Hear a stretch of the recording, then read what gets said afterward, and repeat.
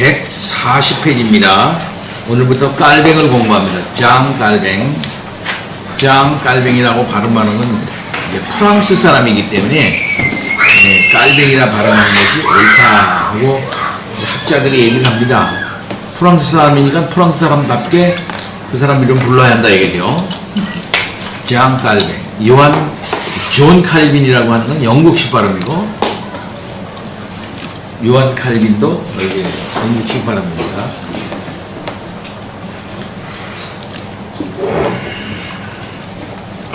자, 어둠 뒤에 빛이 오다. 장 깔뱅. 장 깔뱅은 루터, 쯔빙글리와 더 이상 다른 인물이 되기 어려울 정도로 차이점이 많은 인물이었다. 깔뱅은 분명 쯔빙글리처럼 늠름한 군인은 아니었다. 그는 자신을 센님 학자라고 불렀다. 또 깔뱅은 루터 집안 식구들처럼 밥상머리에서 왁자지껄 떠들어대며 밥을 먹는 인물도 아니었다. 갈퀴처럼 빼빼 말랐던 깔뱅은 굶기를 밥 먹듯 한다 하여 위대한 금식가로 알려져 있었다. 그는 고작하여 하루에 한 끼를 먹었으며 그것도 단지 조금만 먹었다. 그는 이렇게 하여 그의 마음을 깨끗이 하고 사면팔방에서 끊임없이 그를 위협하는 나쁜 건강으로부터 자기 몸을 지키려 했다. 깔뱅이 루터와 자리를 함께 했다면 루터는 큰 소리로 웃고 맥주를 벌컥벌컥 들이킬 때에 깔뱅은 조용히 자리에 앉아 자기 책이나 들여다보고 있었을 것이다. 루터가 건방지고 촌티가 풀풀 나는 사람이라면 깔뱅은 냉철하고 대개는 공손했다. 루터와 깔뱅 모두 사람들이 주목하는 눈을 가졌지만 루터의 눈은 반짝반짝 빛나는 반면 깔뱅의 눈은 이글이글 타오른다는 말을 들었다. 두 사람 모두 화가 나면 사람들을 두렵게 할 기질을 가졌지만 루터가 뜨거운 기질이었다면 깔뱅은 차가운 기질이었다. 두 사람은 모두 방대한 분량을 저술했지만 루터가 책을 일필휘지로 써내려가곤 했다면 깔뱅은 그의 주요 작품들을 여러 차례에 걸쳐 다듬고 또 다듬어 써내려갔다. 특별히 기독교 강요 같은 경우는 계속 그렇게 했죠. 기독교 강요가 마지막 판이 1559년인가 이제 그렇게 나왔지 않습니까? 아주 계속 처음에 조금씩 냈다가 그 다음에 중보했다가 또 이렇게 내고 프랑스 말로 냈다가 라틴어 초판으로 냈다가 또 계속 중보해가지고 내서 4부까지 이르러서 이렇게 계속 이제 책을 증보하고 다듬고 그렇게 하고, 특히 칼빈 기독교 강요 같은 경우는 그 안에 있는 구조도 막 바꿨어요. 계속 바꾸고 이렇게 해가면서 책을 계속 이렇게 냈던 걸 볼 수가 있습니다. 그리고 그의 설교 같은 경우는 자기가 직접 쓴 게 아니고 이제 필경사가 있었어요.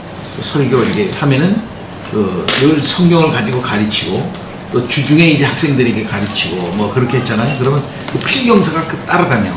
그 필경사가 다 썼어요. 써서 이렇게.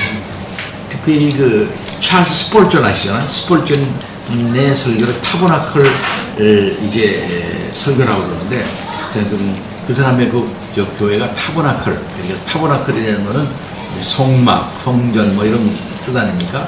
그런 어떤 교회에서 설교한 거는 이제 타버나클 그 설교 그러라고 그러는데 굉장히 많아요.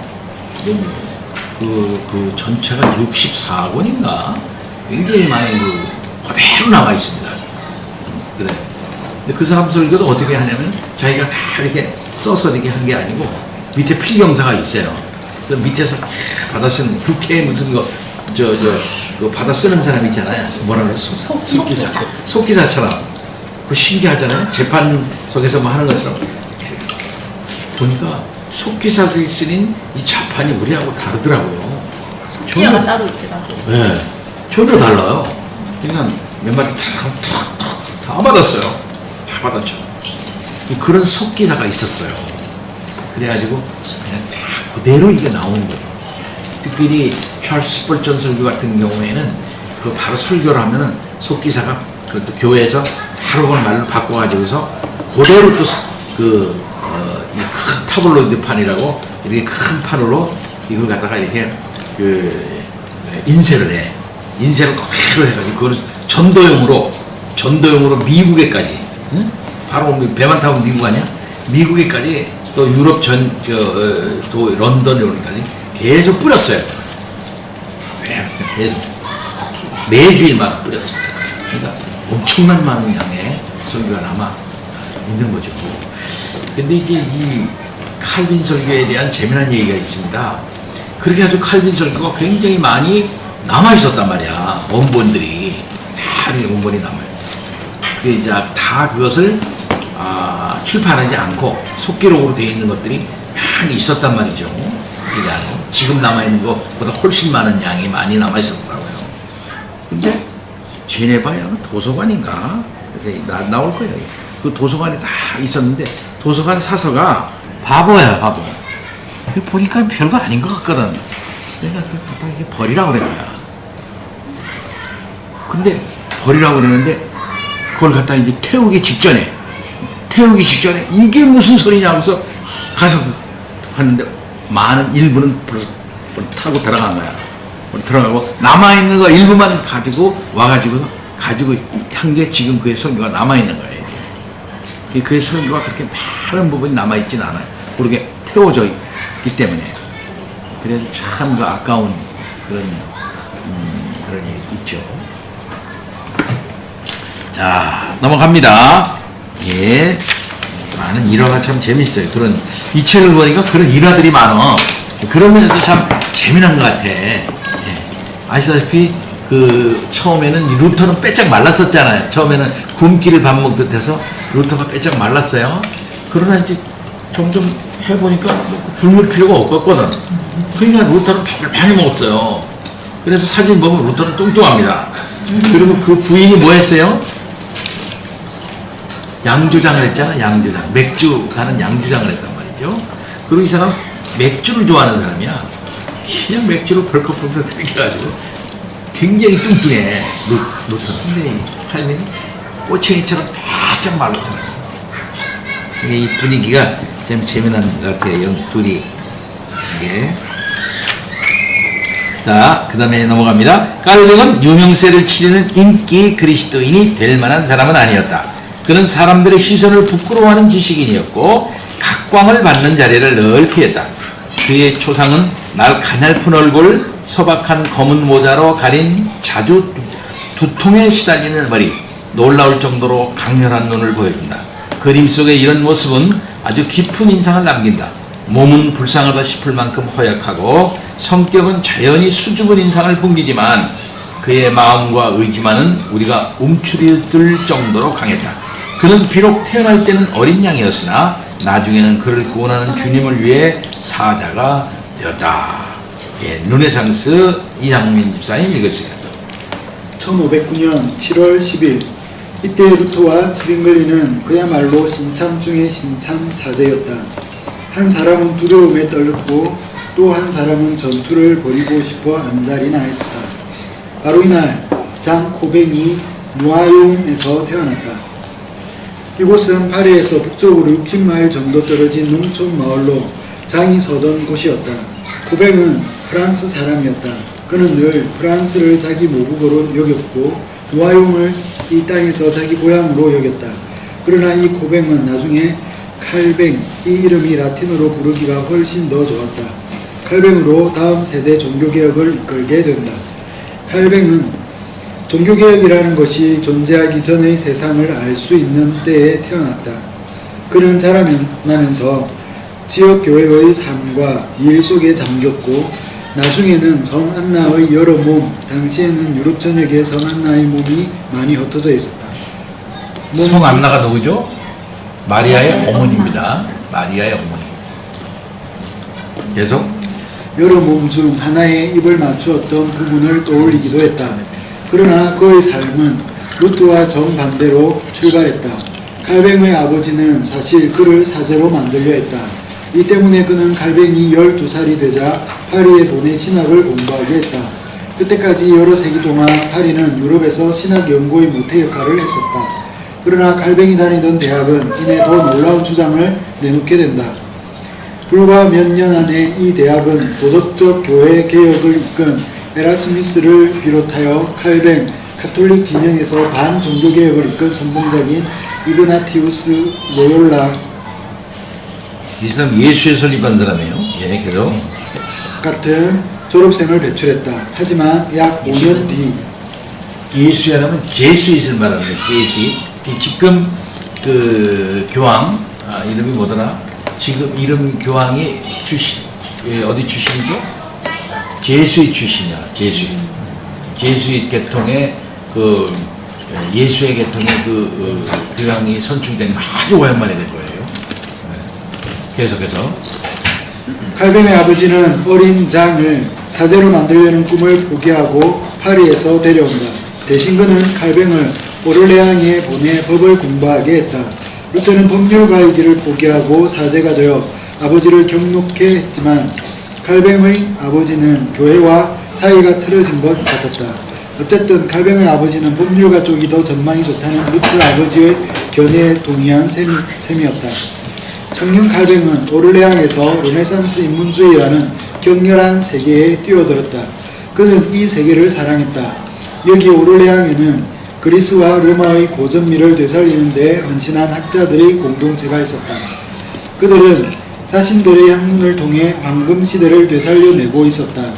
그 일은 흥분을 자아내는 일이자 기운을 돋우어주는 편안한 일이기도 했다. 그런 재생작업에는 교회 비판도 들어있었지만 그 비판도 분명 교회 안에서 이루어지는 온건한 비판이었다. 동정녀 마리아를 공경하고 연옥을 믿는 것에 의문을 제기하는 이는 아무도 없었다. 칼뱅도 이런 재생작업에 헌신했다. 그는 자신이 수년 안에 자신을 증명하여 새 학문의 왕으로서 에라스미스가 쓰고 있던 관을 빼앗을 수 있기를 소망했다. 예, 그러니까 인문주의자로 출발했다는 거예요.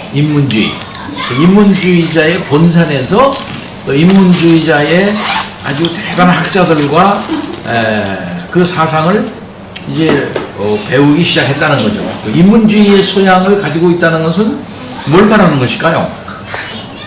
무슨 고전을 읽는 능력이 있다는 걸 말하는 겁니다. 고전을 읽는 고전이 뭐로 돼 있어요? 고전들이 그리스는 헬란말로 돼 있는 거고, 그죠? 헬란말로. 그 다음에 그 또 라틴어 다 고전으로 다 이거 그런 거로 되는 거 있는 거거든요. 그러니까 고전을 읽을 수 있는 문헌학자가 됐다, 그런 의미예요.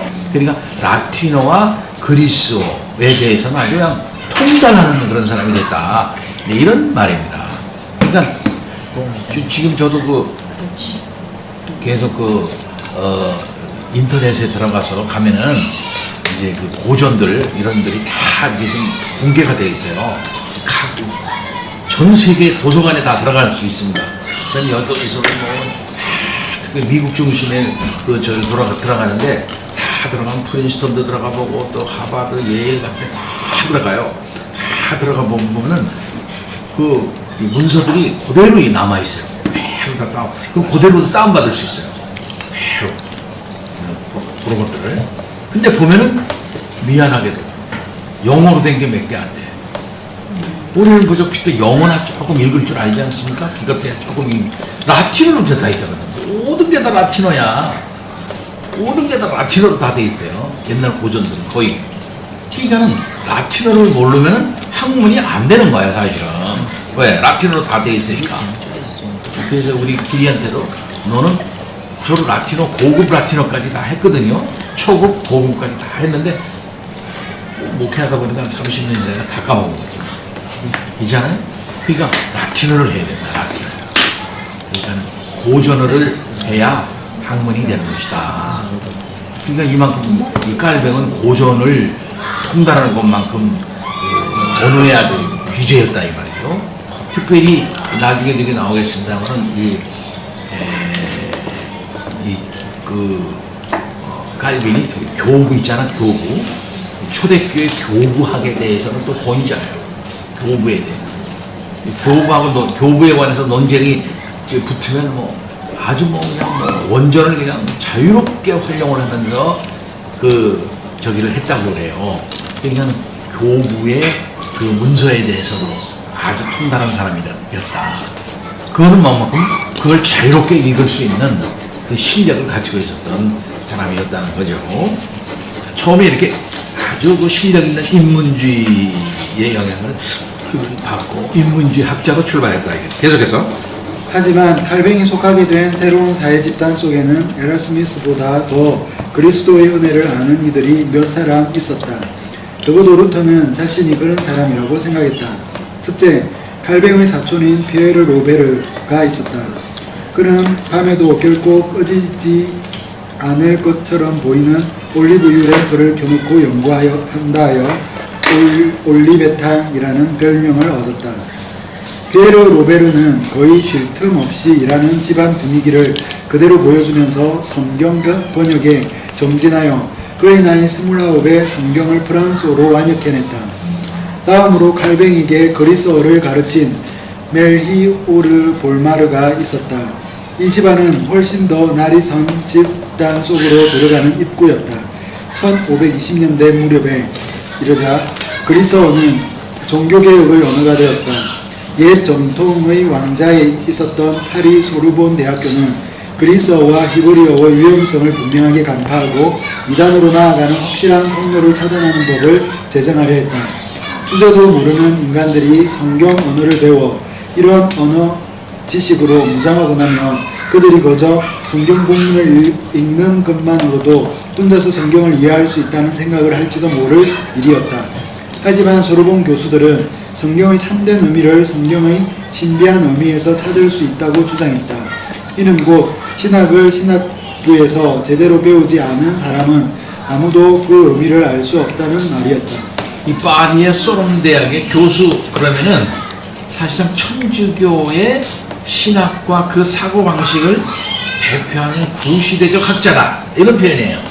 그러니까 소롬 대학 교수 그러면은 이게 방해를 해 이 사람들이.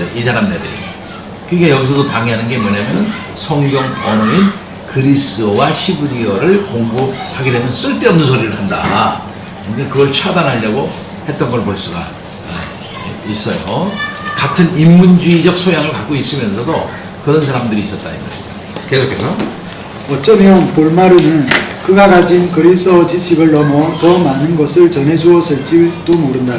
볼마르는 칼뱅에게 루터가 쓴 책을 몇 권 빌려주었을지도 모른다. 어쨌든 칼뱅에게는 재생이라는 말이 고전시대의 회복을 넘어 더 친숙한 무언가를 의미하기 시작했다. 나중에 그는 이 무렵 갑작스런 회심을 통해 하나님이 내 지성을 굴복시키고 내 지성에 가르칠 수 있는 틀을 허락하셨다고 썼다. 예, 칼뱅에 있어서 중요한 연구의 테마는 어떤 것이냐면 칼뱅이 과연 언제 회심했냐 그리고 그 회심한 그것을 글로 남겼을 텐데 그의 방대한 저작 중에 어디에 그런 게 있는가 하는 것을 찾는 거였어요. 근데 학자들이 자꾸 찾았는데도 거의 안 나타나요. 특히 시편 주석 어디에 잠깐 나타나는 게 요거예요. 갑작스런 회심을 통해 하나님이 내 지성을 굴복시키고 내 지성에 가르치는 틀을 허락하셨다. 요게 특별히 루터 같은 경우에는 자기 개인의 얘기를 많이 하잖아요. 근데 칼빈은 절대 자기 개인 얘기를 안 해. 개인 얘기를. 근데 요런 정도의 표현 속에 이 사람이 이제 요것이 자기 회심을 이렇게 표현하는 것인가 보다 하고 그저 그렇게 추측을 할 따름이에요. 언제 이 사람이 결정적으로 회심을 했느냐 하는 것은 알지를 못합니다.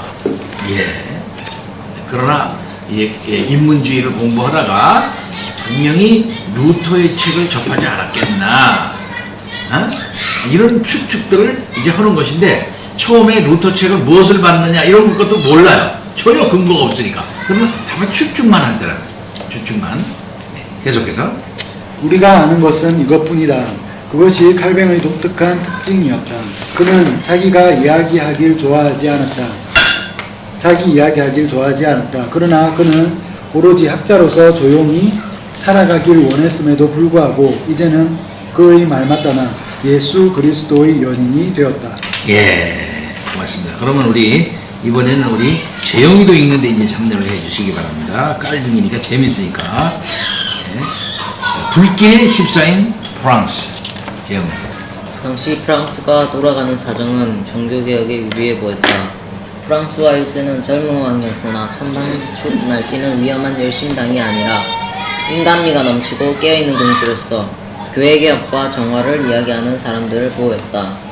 그러다가 1528년 어떤 이가 기적을 일으킨다는 파리의 유명한 동정녀 마리아상에 칼을 대어 성모와 아기의 머리를 잘라버리고 이들의 머리를 내 동생이 친 뒤 마리아상의 덮개를 짓밟는 일이 일어났다.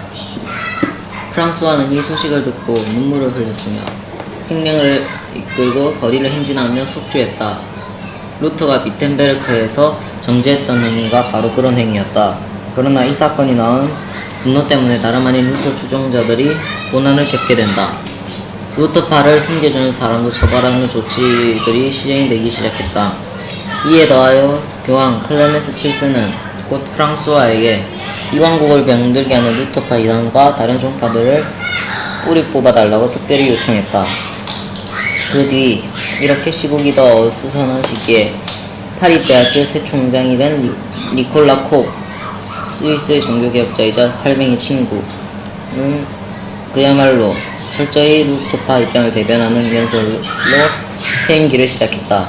그는 자신을 체포하려는 손길이 다가오자 프랑스를 떠나 스위스 바젤로 피신했다. 예, 이때 이 유명한 사건이에요. 니콜라 코. 이 사람이 이제 깔뱅의 친구다라고 알려진 사람인데 이 사람이 취임 연설, 총장 취임 연설을 깔뱅이 썼다.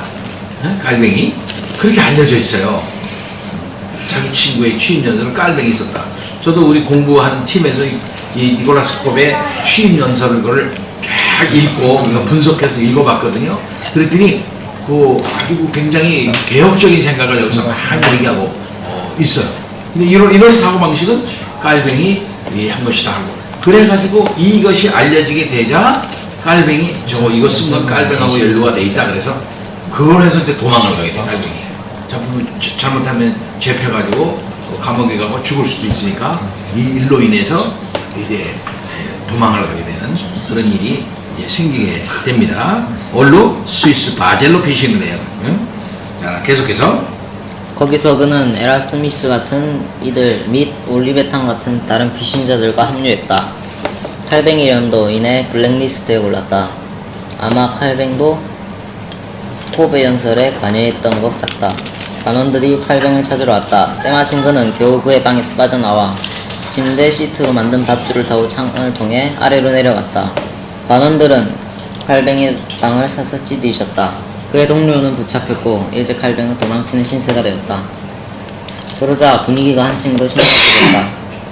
1534년 10월 어느 날 밤 미사를 공격하는 벽보가 프랑스 전역의 도시들에 나붙었다. 심지어 앙바즈성에 있는 왕의 침실 문에도 벽보를 못 박아 놓았다. 누가 이 벽보를 썼는지 아무도 몰랐지만 그 벽보는 분명히 온건하진 않았다. 예수 그리스도의 성찬 정면으로 맞서려고 만든 교황 미사에 무시무시하고 크고 중요한 남용에 관한 참된 조문이라는 이름이 붙은 이 벽보들은 미사를 하나님을 모독하는 장난질이요 우상숭배라며 비판했다. 이 일이 있기 이전만 해도 왕이 무슨 생각을 하는지 분명하지 않았으나 이제 왕의 생각은 분명해졌다. 종교개혁은 위험한 난동을 가리키는 또 다른 이름이었다. 프랑스와는 다시 한번 행렬을 이끌고 파리 시내를 행진하면서 하나님을 모독한 일을 속죄했다. 다만 이번에는 모독당한 하나님의 진노를 누그러뜨리려고 새 제목을 추가했다. 행진하는 길을 따라 화형용 장작더미를 쌓고 불을 붙여 벽보 사건에 관여했다고 생각하는 36사람을 불태워주겠다. 아니 끔찍한 일이죠. 불태 화형을 시켰단 말이죠. 근데 이게 그 화형을 시키잖아요. 화형을 시키는 원인이 있어요. 옛날에 보통 보면 중세 때 요 전에 마녀 재판을 하면 마녀를 어떻게 죽입니까? 마녀도 불태워 죽입니다. 실상 마녀라고 판정된 사람 중에 그렇지 않은 사람이 거의 90% 이상이에요.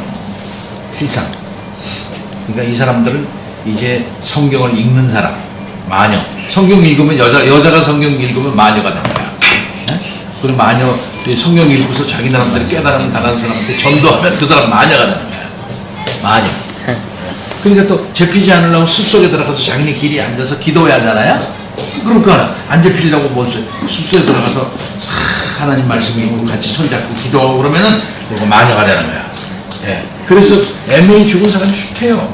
근데 그 숫자가 뭐 학자마다 엄청나게 다릅니다. 뭐 수만 명에서 300만 명까지 이른 그 학자 그 숫자를 보니까 많게 추산하는 사람은 한 300만 명, 그 다음에 적게 추산하는 사람은 약 5만 명. 엄청난 많은 여자들이 죽어요. 진짜 끔찍하다. 근데 그 사람들을 다 불태워 죽였어요. 하나같이 다 불태워. 불태워 죽이는 이유가 뭐냐면은 육체뿐만 아니라 영혼도 태워 죽여버린다. 싹 그냥 그런 의미예요. 영혼까지 싹 태워 죽여버린다. 없애버린다는 거예요. 예. 끔찍하죠. 이것도 얼마나 끔찍해요. 거리에서 장작더미 이렇게 해놓고 길에서 말이야. 우리나라 같으면은 광화문 내거리에서 충무교회 앞에 그 동네 중앙동에서 쭉 해놓고서 거기서 사람 불태워 죽인다는 거야. 그 사람 불타는 냄새 맡아봤어요, 재용이? 얼마나 끔찍한지 몰라요. 그때 그 모습을 한번 상상을 해봐요. 그런 어떤 상태에서 이제 사실 천주교하고 신앙을 지키려고 싸움한 거야. 예, 우리 신앙이 그게 쉬운 게 아니에요. 사느냐 죽느냐 하는 문제지 신앙은 아니에요. 그럼 계속해서 조금 더 읽어줘요. 이 모든 일은 칼뱅의 목숨을 더 위태롭게 만들었다. 그는 몸을 숨기려고 애썼다. 칼뱅은 벽보가 주장하는 신학에 동의했다. 그러나 그는 벽보를 붙인 이들과 마리아상을 절단한 자가 감정에 치우쳐 지나치게 흥분한 모습을 보이는 것을 슬퍼했다. 어쩌면 이런 일 때문이었는지 모르겠으나 칼뱅이 쓴 첫 신화 작품은 로마를 반박하는 내용이 아니라 제 세례파를 반박하는 내용을 담은 것이었다. 그의 첫 신화 작품은 이후 결코 그의 생각을 떠나지 않을 것을 일찌감치 보여주는 표지이기도 했다. 이게 뭔가? 이게 참 중요해요. 깔뱅의 적은 두 가지라 그러죠. 하나는 뭐야? 천주교. 하나는 제세례파. 두 개. 근데 천주교 반박보다 먼저 제세례파를 반박함. 이걸 먼저 썼다는 거야. 이게 먼저. 그럼 이제 제세례파는 결국 뭐예요? 제세례파는.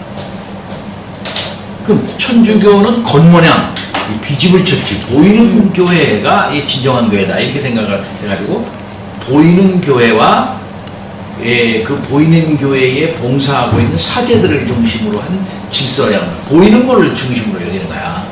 그게. 그리고 그것이 가지고 있는 횡포와 미신적인 요소도 칼빈에게 있어서는 하나님의 말씀과 그 원리를 떠난 것이라고 생각했지만, 또 당시 이걸 거부하고, 이걸 보이는 걸 거부하고, 안 보이는 것만 추구하는 거야. 본문에 자기 속에서 있는 하나님께서 역사하시는 내적인 빛, 이너나이트, 내적 광명이라 그래. 내적으로 하나님께서 나에게 주시는 말씀, 요거 붙잡고서 요걸만 가지고 있으면은 그 다음에 함부로만 한다면 난 하나님의 말씀을 받았다. 내 속에서는 하나님의 말씀을 듣고 있다 나는. 그러니까 성경도 소용없고 어떤 다른 모든 권위도 소용없다. 곧 나는 하나님의 말씀을 직접 듣는다. 그래? 그럼 그 사람한테 가야지. 근데 거기가 뭐가 생깁니까? 거기에 또 폭력이 또 생겨요. 그거 우리가 지난번에 배운 깔슈타트, 그 다음에 토마스 민처, 그런 걸 보았죠. 그죠? 그런 사람들이 갑자기 그냥 하나님의 말씀을 들었다고 그러면서 이상하게 행동하면서 독일에 있는 교회를 막 때려 부시고, 뭐 그냥 막 우상 때려 부시고, 길거리에서 막 난동을 부리고 막 그런 걸 보셨잖아요. 근데 루터는 그걸 반대했지 않습니까? 응? 이렇게 하면 안 된다. 왜 이렇게 너무 과격하게 나가느냐. 그렇게 해서 농민 전쟁까지 일어나가지고 엄청나게 많은 사람이 또 그 일로 인해서 죽는단 말이에요. 그렇게 되니까 그 시대를 틀어잡고 있었던 이스타블리시, 보면 이스타블리시라는 말은 기존 세력이라는 거야. 기존 그 세력들, 그런 사람들은 안정을 바라는 거죠. 귀족들과 왕들과 돈 많은 사람들과 그의 그 저기를 잡고 있었던 사람들은 안정을 바라는 거야. 그 안정을 바라는 세력들은 뭡니까? 천주교와 그다음에 그 귀족들과 새롭게 돈을 많이 번 새롭게 돈을 많이 번 사람 누구냐 부르주아 같은 경우에 조금 귀족적인 사람들과 이렇게 들어가려고 하는 사람들 이 사람은 젠틀이라 그래 젠틀이 이런 사람들이 이렇게 그걸 하려고 그러는 거 아니었어요 그죠? 기존적인 그런 사람들이 보기에는 사회가 너무 불안하다 저놈들은 너무 불안하고 위험한 사람들이야 특히 이렇게 생각한단 말이에요 특별히 왕들이 그렇게 생각하고 있단 말이에요 왕들이 아이고 저거 그냥 놔뒀다가 나라가 골치 아프게 되겠네 내가 이 나라를 다스릴 수가 없게끔 되겠네 이렇게 되는 거 아니겠어요 그러니까 선뜻 종교개혁자들을 이렇게 힘들어줄 수 없게 되는 거예요 그 중에 대표적인 사람이 독일에서는 신성로마 제국 황제였다는 말이에요 힘도 없어요 자기가 힘은 없어 선제우들이 힘이 있다 그랬잖아 선제우들이 힘이 있지만 신성로마 제국 황제는 그래도 자기 위치를 지켜야 되잖아 그러려면 천주교적인 게 더 자기는 편하죠. 그러나 대세는 어쩔 수 없기 때문에 흘러가지만 프랑스에서는 아직까지도 대세가 천주교 아니야. 자기네들이 힘이 많거든요. 그러니까 이제 프랑스의 왕, 이 프랑스와 왕, 이 사람이 이렇게 행동을 한다 이 말이에요. 그때 이제 제세례파, 칼빈 경우는 제세례파가 제세례파를 먼저 반박하는 글을 쓰게 된 것입니다. 자, 계속해서 그는 종교개혁의 정상 궤도에서 벗어나거나 분별 없는 행동을 하여 종교개혁에 더러운 이름을 안기는 이들을 증오했다. 벽보가 매일 드리는 제사인 미사를 반대할 때 사용한 논거는 히브리서 7장 27절 곧 그는 대제사장들이 먼저 자기 죄를 위하고 다음에 백성의 죄를 위하여 날마다 제사 드리는 것과 같이 할 필요가 없으니 이는 그가 단번에 자기를 드려 이루셨음이라는 말씀이다. 미사를 반대하는 주 성경 공부가 성경 구절이 이거야. 미사라는 건 무슨 말이에요? 미사는 제사란 뜻이야. 미사가 제사란 말이야. 그럼 제사는 끝났다 이거지. 예수 그리스도의 단 한 번의 제사로 끝났다 이거야. 그러니까 구약적 의미에 있어서의 양을 가지고 드리는 제사나 또는 사제가 자기 자신을 이제 위해서 드리는 화목제 이거 다 필요 없게 돼버렸다 이거지. 왜 뭐냐면 예수 그리스도께서 단번에 제사를 드림으로 말미암아 우리의 속죄를 완성했기 때문에. 그러니까 제사를 드리면 안 된다 이거지. 근데 이제 문제는 뭐냐 할 것 같으면은 히브리 캐톨릭에서는 이것이 주님의 몸이요 하고 그러면 즉시 이게 주님의 진짜 몸으로 바뀐단 말이야. 진짜 몸. 그 진짜 몸이 어떻게 되겠어요? 진짜 몸이 이거 제사를 해서 드려줘야 한단 말이지. 그쵸? 제사에서 드려줘야 이게 되는 것이다. 이걸 제사로 봤단 말이야. 그래서 그렇게 하는 다음에 제단으로 받고 그러니까 그런 제사가 들어오니까 사제 중간에 하는 그걸 직전하는 사람을 똑같은 구약에 있어서 제사장과 같은 의미에 있어서 사제로 봤다 이 말이지. 그러니까 제사가 끝났는데 왜 제사를 자꾸 드리느냐? 그럼 생각해 봅시다. 기독교에 있어서 이단으로 판정하는 큰 원리가 하나 있어요. 첫째 원리가 뭡니까? 고전적인 차원에서 삼위일체 이단이잖아. 삼위일체 이단. 삼위일체를 거부하면 이단이야. 그 삼위일체 중에서 대표적인 게 군주론적 삼위일체. 군주론적이라는 것은 일직선이라는 거야. 군주는 왕은 하나니까 군주론적이라는 것은 여호와 하나님이 제일 세고 그 다음에 성자가 세고 그 다음에 성령은 그 다음이고 하고 일직선으로 쭉 되는 거야. 군주론적이야. 이렇게 생각하는 거는 이해하기가 쉽죠. 아주 이해하기가 쉬워. 삼위일체가 이렇게 생각하면 이단이야. 그 다음에 양태론적 하나님이 한 분 계신데 원래는 구약에는 성부로 얼굴이 성부로 싹 나타나. 신약에는 예수로 예수님이 하늘에 올라가 본다면 성령으로 이렇게 나타난다. 지금은 성령의 시대다 이렇게 말하는 이건 양태론적 이단이라고 해. 그러니까는 부흥사들이나 이런 사람들이 성령의 시대다 하면서 성령의 계절을 오게 하자 하는 말하는 거 그거 누가 가장 많이 썼어요? 김중건 목사가 그 말 썼어요. 성령의 계절이 오게 하자. 양태론적 이단적 여기는 구호였어요. 이게 옛날부터. 이런 말 쓰는 건 거의 이단적인 말입니다. 이 말은. 이 말 쓰면 안 돼. 우리는 개혁주의자들이 이 말 쓰면 안 되고 전통적으로 이 말을 쓰지를 않았어요. 이런 말 쓰는 자들은 다 이단으로 판정받은 사람. 이게. 왜 그러냐면 삼위일체에 걸리잖아. 그렇잖아요. 삼위일체의 핵심은 뭐냐면 구별되지만 분리되지 않는다는 거예요. 이 원리만 딱 이해하면 삼위일체 이해하는 겁니다. 구별은 되시지. 성부가 성자가 아니지. 성자가 성부가 아니시고 성령이 성령이 성부가 아니시잖아요. 구별이 되잖아요. 구별이 돼. 그러나 삼위는 분리가 안 되는 거야. 분리가 안 돼. 그러니까 구별은 되나 분리가 되지 않아요. 근데 자꾸 분리하려고 그런단 말이에요. 그렇죠?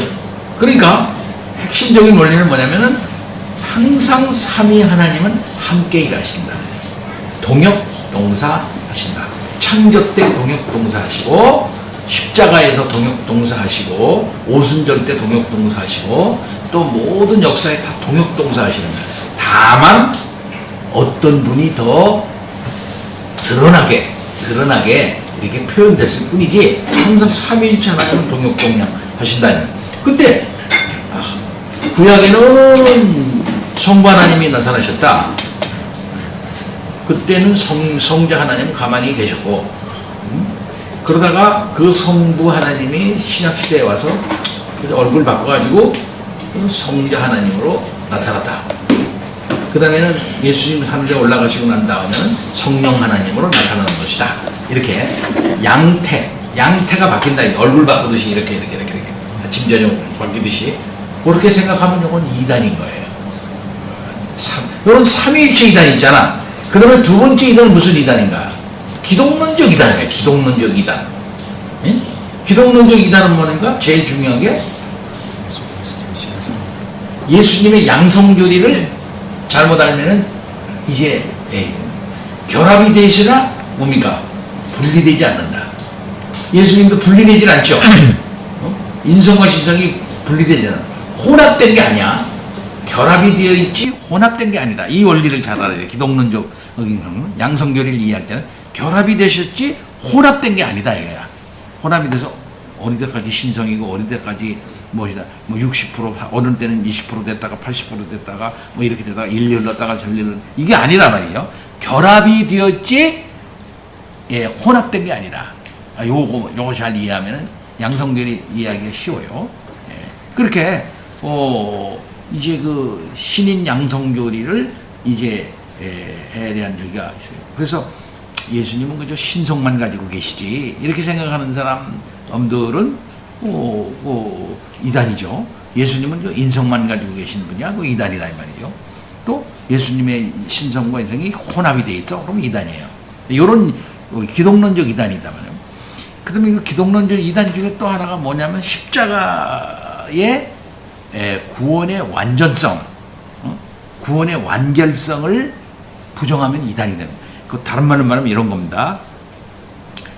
예수님이 한 95% 했고 첫 번에 오신 예수가 그 다음에 나중에 오신 예수가 한 5% 하는 건데 나중에 오신 예수는 우리 문선생이야. 이렇게 하면 이단이 되는 거예요. 그 예수님의 피는 이거는 완전하게 우리 속죄를 못했고 그 다음에 마지막에 오는 문선생의 피로 이렇게 해결해야 돼. 하고서 그 문선생의 피를 받으려면 어떻게 해야 되나? 그 문선생과 피를 받으려면 문선생과 이렇게 하나가 돼야지. 말씀하고 하나 되는 것처럼 그럼 문선생과 이렇게 교접을 해야 돼. 그걸 혼음교리라 그래. 혼음교리. 그래서 문선맹이하고 뭘 하냐면 이 하는 거예요. 이렇게 그렇게 해서 왜 그러냐면은 에덴 동산에서 타락은 무슨 타락이냐 할 것 같으면은 이브하고 뱀하고 교접을 했다 이거야. 성적 관계를 가졌다 이게. 그게 타락이라는 거야. 그러니까 이 성적 관계의 타락에서 좋지 않은 피가 돌았다는 거야. 이 피를 예수가 어느 정도 저기를 했다는 거야. 근데 그것만 가지고 안 되고 마지막에 결정적으로 문선생의 피를 받아야 된다. 그러니까 문선생과 이 성적 관계를 통해서 이걸 통해서 피를 받아야 된다. 이렇게 된 거예요. 그래가지고 그 천주교에서는 그 핵심적인 사람들, 핵심적인 자기의 주위 사람, 그 제자들이 있거든요. 그런 사람들은 자기 부인을 다 갖다가 문선명이한테 바쳤어요. 그렇지 않으면 안 돼. 그리고 자기 딸까지도 다 바쳤어요. 그리고 핵심적인 교인들을 다 가서 문선명이하고 교접을 하는 거예요. 다. 그 중에 대표적인 게 그 이단 중에 하나는 JMS야. JMS도 거기서 배운 거야. JMS 알죠? 누군지? 정명석이. 그 사람도 그렇게 해가지고 다 피가름교리야 이게. 피가름교리를 통해서 피가 더러워졌으니 피를 깨끗하게 해야 된다. 이렇게 한 거예요. 자, 그러면 십자가의 예수님의 그 저기가 완벽하지 못하다. 이런 뜻이에요. 그렇다면은 천주교도 그만둬야 되는데, 제사를 그만둬야 되는데 다시 또 드리고 있거든. 그런 차원에서 본다면 전통적인 차원의 삼위일체 잘못하면 이단이죠. 그다음에 기독론적 이단이죠. 그 기독론적 이단 중에 십자가 교리, 십자가의 속죄의 능력이 완벽하다, 완전하다, 그렇지 못하다라고 하는 것과 같은 거니까 그런 차원에서 이단이라고 이렇게 말할 수가 있는 거예요. 그래서 웨스트민스터 신앙고백서에는 분명하게 처음에 그걸 분명하게 밝혔어요. 교황은 뭐냐? 적그리스도다. 이렇게 밝혔어요. 웨스트민스터에 분명하게 교황은 적그리스도다. 왜 그러면 보다시피 이렇게 바른 진리를 주장하는 사람들은 다 죽이니까. 성경 읽으면 죽이죠. 기도해도 죽이죠. 이렇게 특히 성만찬 교리에 있어서 화채설을 부정하면 바로 죽여버리죠. 다 그러니까 제대로 믿는 사람들은 저렇게 하는 건 저게 적그리스도가 아니고 뭐겠느냐. 이렇게. 오늘날에 약간 이 관용하고 조금 이해가 되어지고 뭐 이런 사회에서 기독교에서 이제 천주교에 대해서 대화를 하게 되고 뭐 이렇게 하게 될 때 천주교의 교황은 적그리스도다. 그렇기 때문에 우리 대화 못한다. 적그리스도하고 무슨 대화를 하느냐. 이렇게 나오면 뭐라고 말할까요? 많은 사람 어떻게 미쳤네 그럴 거예요. 그러나 우리 전통적 기독교의 핵심 그룹에서는 그 적그리스도라고 이렇게 규정한 바 있어요. 교백서에 딱 나오니까.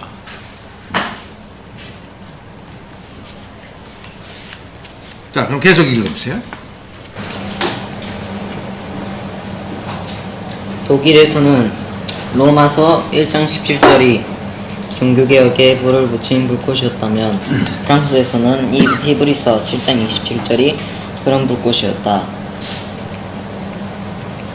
그리스도가 십자가에서 죄를 속하려고 올리신 제사가 완전하고 완성된 제사에서 되풀이할 필요도 없고 되풀이할 수도 없다면 죄를 속하고자 하는 우리의 모든 시도는 틀림없이 부질없는 일이요 그리스도를 모독하는 일임이 분명하다. 이런 시도는 그리스도가 하신 일이 불충분하다는 뜻이기 때문이다. 그리스도가 올리신 제사가 진정 단번에 다 이루신 것이라면 다른 제사장이나 대제사장이 더 제사를 올릴 필요가 없다. 따라서 미사와 이런 미사를 올리는 사제 그리고 죄를 속하려는 다른 모든 행위는 쓸데없는 것으로 보였다. 의지할 것은 오로지 순수하게 그리스도와 그가 다 이루신 일을 신뢰하는 것뿐이다. 오래가지 않아 칼뱅은 프랑스 내부 상황이 견딜 수 없게 되었다고 느꼈다. 프랑스는 포로로 잡혀가 종살이하는 이집트 같은 나라가 되었다. 하느님을 예배하려면 이 땅을 떠나야 했다. 결국 칼뱅은 몰래 국경을 넘은 난민이 되었다. 그것은 분명 어려운 결정이었다. 그는 자신의 아름다운 모국을 다시 보게 되길 간절히 바라면서 언젠가는 이 모국이 자유를 얻을 날이 오길 소망했다. 이제 그는 이런 소망을 이루려고 일하게 된다. 그는 난민 신세이던 그의 동포 프랑스 사람들을 불러 모아 저항에 나서게 된다. 결국은 이렇게 옥을 떠나면서 다시 못 들어가죠. 뭐 잠깐 들어가서 뭐 이렇게 싹 하고 하는 경우도 있었던 건 아는데 그러지 못하고 제대로 들어가지 못합니다. 그리고 그가 속한 제네바 시에서도 이 사람을 난민 취급을 하지 시민권도 나중에 그걸 줘요. 아주 그 쉽지가 않아요. 오늘날 제일 그 시민권 따기 어려운 나라가 어느 나라인지 압니까? 스위스. 참 어려운 나라. 스위스 시민권 따기 어려워. 그 프란스 셰퍼가 거기 정착했지 않았어요? 프랑스 셰퍼. 그 라브리를 거기서 틀고 거기서 살고 거기서 결국 죽었는데 그래서 끝까지 프랑스 스위스 시민이 아니었어요. 그러니까 안 받아줘요. 네. 스위스 시민들, 스위스의 저기 되게 굉장히 어려워. 지금은 마찬가지야. 네.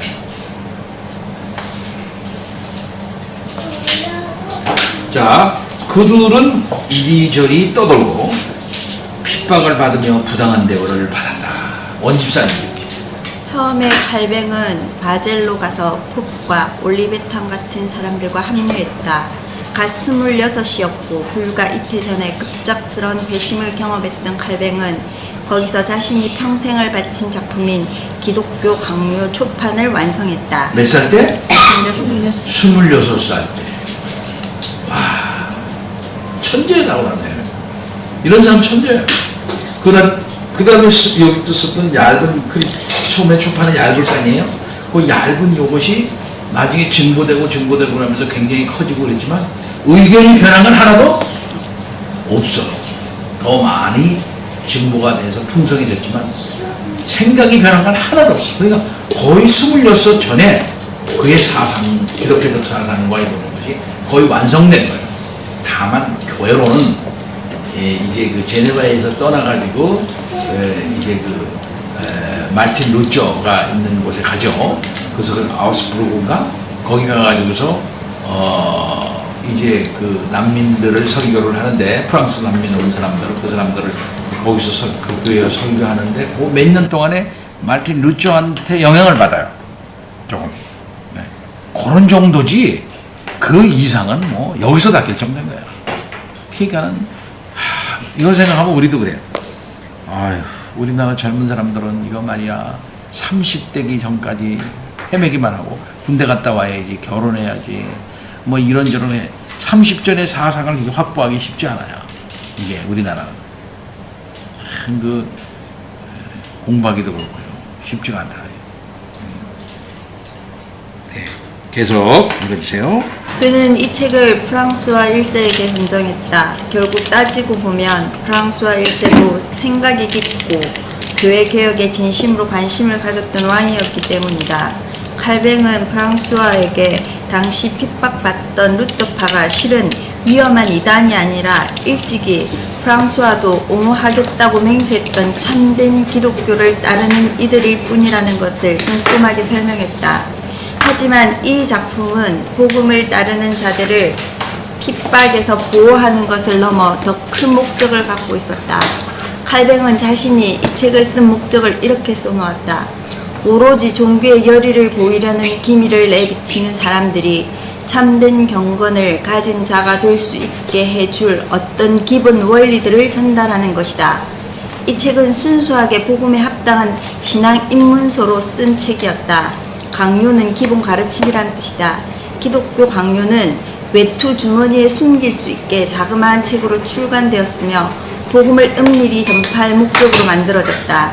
칼뱅은 이런 식으로 종교개혁을 프랑스에 전파하고 싶어 했다. 칼뱅은 일 때문에 잠시 파리로 몰래 되돌아갔다. 그는 거기서 당시 종교개혁 진영의 많은 위대한 지성인들이 안식처로 삼고 있던 스트라스부르로 가서 그곳에 정착하길 소망했다. 하지만 프랑스와 1세가 신성로마 제국 황제인 카를 5세와 끊임없이 전쟁을 벌이는 것 같았다.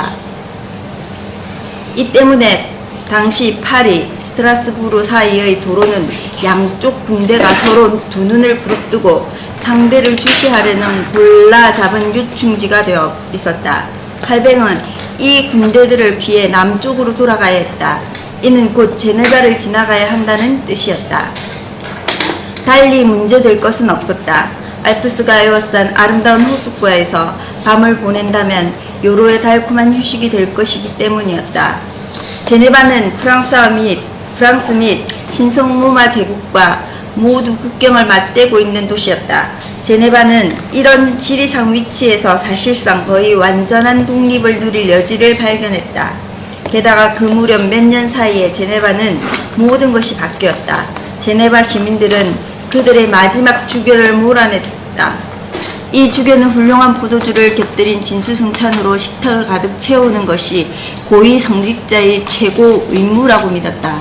제네바 시민들은 미사를 없애고 사제들에게 회심하든지 아니면 그 도시를 떠나라고 통보했다.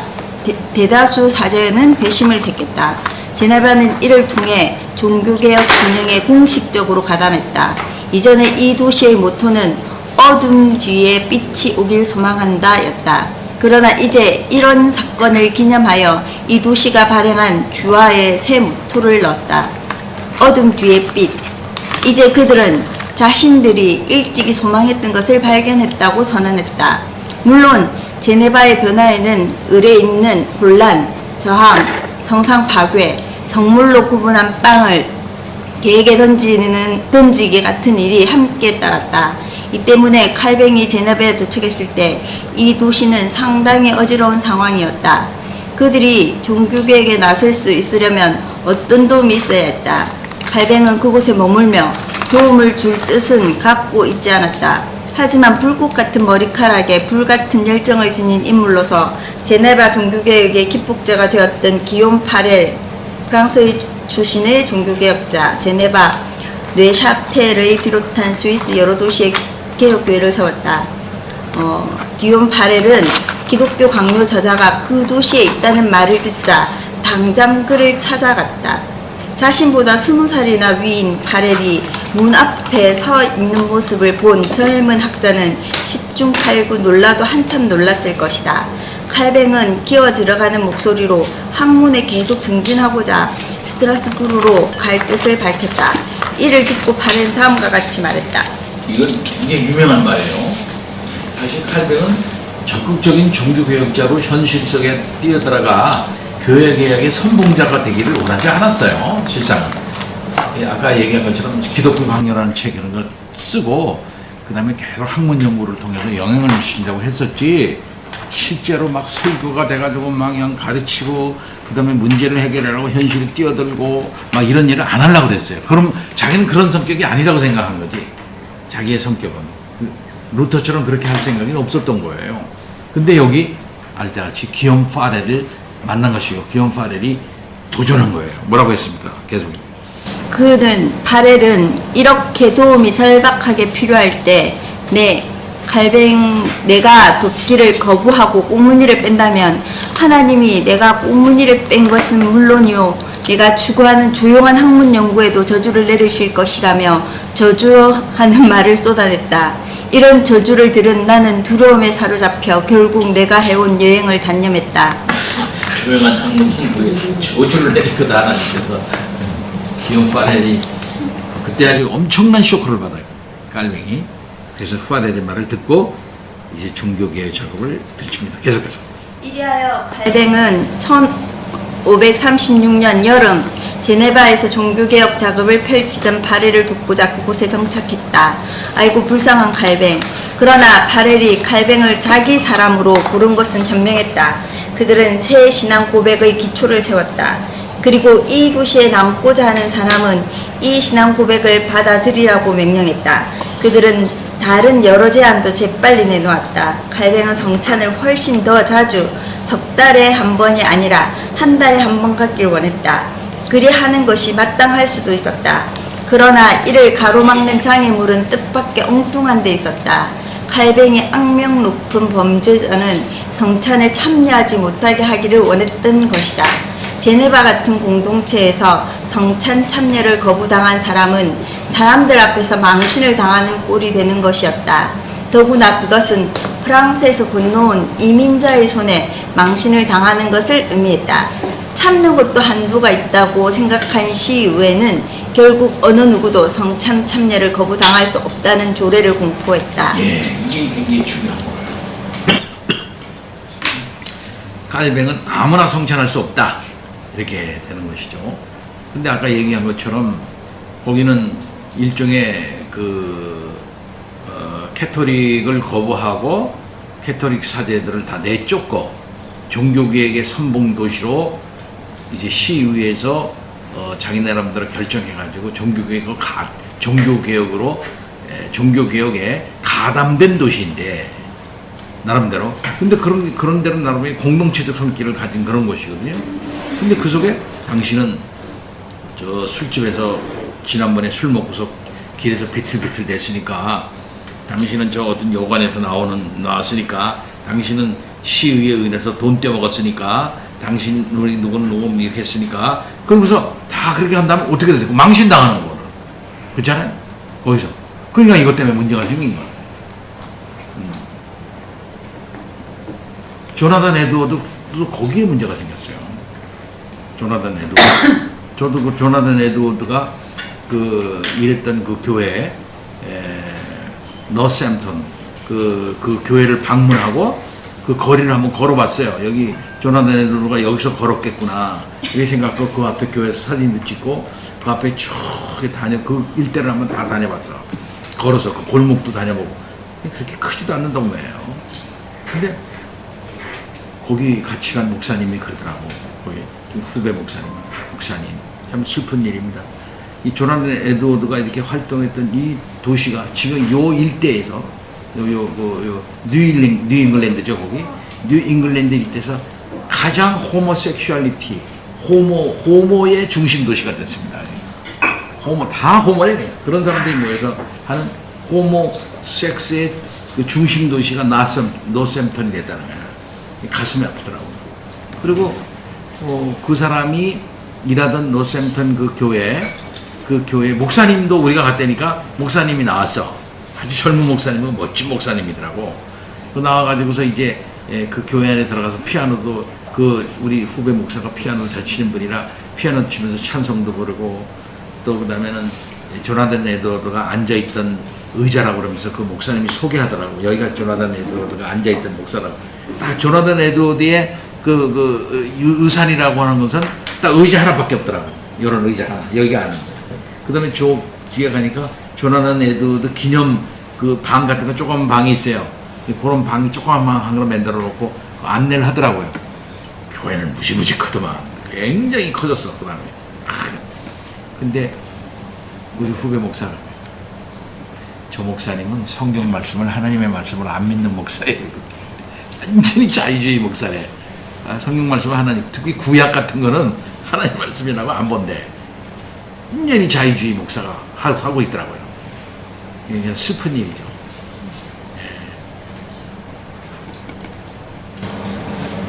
근데 바로 그 거리에서 조나는 그 너샘턴의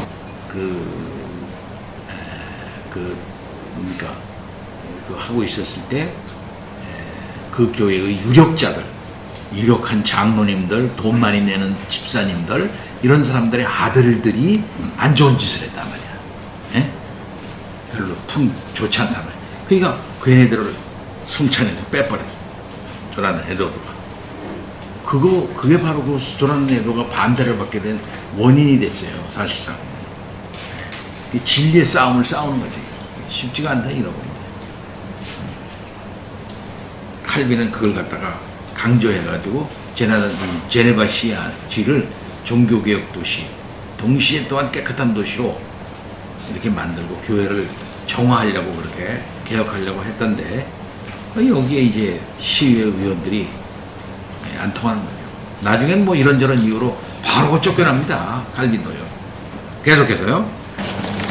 제네바 시도 종교개혁을 원하긴 했지만 그렇게까지 원하진 않았다.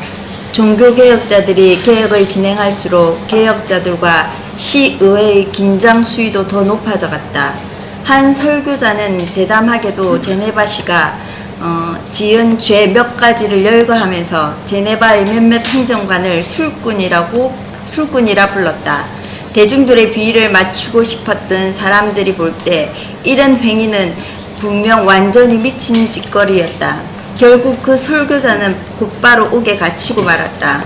이어 제네바 시의회는 성찬 때 빵 부스러기를 남겨 하나님을 모독하는 일이 일어나지 않게 예전에 사용했던 것과 같이 얇고 납작한 산창빵을 사용하라고 칼벤과 파렐에게 명령했다. 칼벤과 파렐은 이를 거부했고 결국 이들은 설교를 금지당했다. 그런다고 칼벤과 파렐이 설교를 그만둘 사람들이겠는가? 당연히 그들은 설교 금지령을 어겼다. 시의회는 이를 빌미 삼아 그들에게 사흘 말미를 주면서 제네바를 떠나라고 요구했다. 결국 1538년 제네바에 온 지 2해도 되지 않아 칼뱅은 다시 한번 유랑길에 올랐다. 2년 만에 떠난 거예요. 2년 만에. 예? 2년 만에. 결국은 이 시의회의 시의회의 유력한 자들과 부닥친 거죠. 근데 그 시의회의 유력한 자들이 사실상 말은 종교개혁을 한다고 그러지만 실상은 확실하게 천주교의 그 관행과 거기에서 떠나지는 않으려고 했던 것이죠. 실상 이것은 무엇이냐면 깔뱅을 안 두겠다는 것입니다. 이민자들은 어디서 외국에서 온 외국 사람들 우리를 다 다스리려고 그래. 이렇게 기분 나쁘게 생각을 했던 것이고 철저하게 종교개혁을 해나가는 칼빈의 견해를 좋지 않게 생각했던 거죠. 결국은 추방시킵니다. 소망을 발견하다. 계속해서 김 집사님 읽어주세요. 칼뱅은 한편으로 마음이 괴로웠다. 그는 자신이 개혁자로서 실패했다고 느꼈으며 그가 한 행동 때문에 제네바 교회가 로마로 되돌아갈지도 모르겠다고 느꼈다. 그러나 다른 한편으로는 은근히 기쁘기도 했다. 이제 그는 원래 뜻하던 대로 스트라스부르로 가서 자신의 책과 함께 거기 정착할 수 있게 되었기 때문이다. 스트라스부르 사람들은 제네바 사람들보다 훨씬 더 편하게 해줄 것이다. 하지만 칼뱅은 이번에도 꼬인 신세가 되었다. 그는 파레를 떠나 파레는 뇌샤텔로 자기 갈 길을 갔다. 스트라스부르의 종교개혁을 이끌던 마르틴 부처의 품으로 직행했다. 루터는 부처를 수다쟁이요 얼간이라고 표현했다. 칼뱅도 부처가 사실 조금은 그런 사람일지 모른다는데 조심스럽게 동의했지만 그가 스트라스부르에 도착하여 만난 부처는 전혀 유약한 인물이 아니었다. 칼뱅은 부처에게 자신은 단지 훌륭하고 조용한 도서관을 찾고 있을 뿐이라고 이야기했다. 그랬더니 부처는 파렐이 그랬던 것처럼 칼뱅을 소명을 버리고 도망간 요나 같은 사람이라고 말하면서 칼뱅이 스트라스부르에 있는 프랑스 난민교회 목사가 되어야 한다고 강요했다. 나중에 밝혀지지만 칼뱅이 스트라스부르에서 보낸 시간은 그의 인생에서 가장 행복한 시간이었다. 스트라스부르는 제네바와 완전 딴판이었다. 칼뱅은 그와 같은 도망자인 동포들에게 따뜻한 환대를 받았다. 그리고 행복한 사귐이 있었다. 종교개혁을 이끄는 중요한 두뇌의 몇 사람이 칼뱅의 말벗이 되었고 칼뱅 역시 그와 같은 마음을 가진 젊은 복음주의자들과 기꺼이 그의 집을 함께 사용했다. 칼뱅은 스트라스부르에서 종교개혁 교회의 모습이랄 수 있는 것을 배웠다. 그는 또 그 전에 세워진 개혁파 대학에서 가르치기도 했다.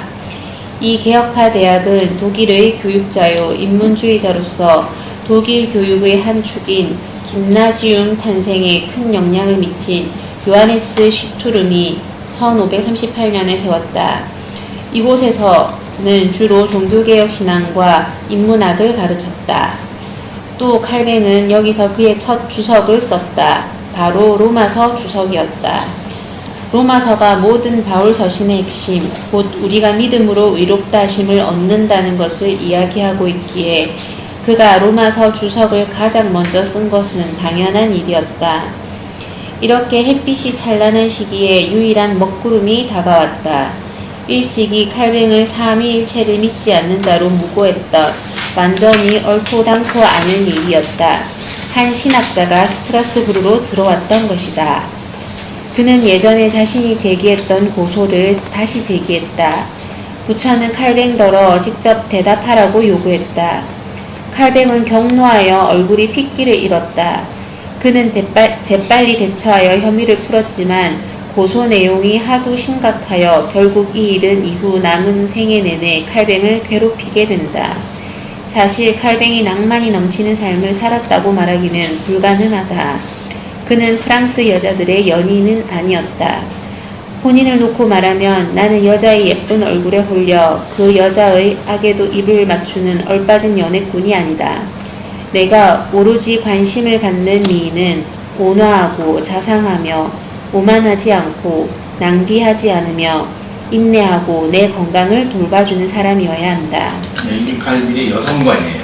이런 여자 좋아한다 이런 얘기고, 이런 무슨 성경에서 나오는 현숙한 여인과도 통하는 그런, 저도 이런 여자 좋아해요. 미인은 온화하고 자상하며 오만하지 않고 낭비하지 않으며 인내하고 내 건강을 돌봐주는 사람. 이게 누굽니까? 원혜숙 집사죠? 네? 보니까 여기 분들은 다 그런 분들 같아. 김 집사도 그렇고, 엄 집사도 그렇고, 우리 마누라도 그렇고, 다 그런 분 같아요. 다 이런 분들 다 됩시다. 예? 계속해서. 그럼에도 칼뱅은 프로테스탄트로서 혼인에 찬동하는 견해를 적극 표명했다. 1540년 스트라스부르에서는 그의 친구들이 그가 원하는 그런 여자를 찾을 수 있게 도와주려고 나서면서 중매 열풍이 불었다. 일은 잘 성사되지 않았다. 첫 번째 후보는 프랑스어를 하지 못했다. 다른 후보는 혼인에 관심이 없었고 또 다른 후보는 약혼까지 갔다가 파혼해야 했다. 이것이 그의 6월까지 있었던 일이었다.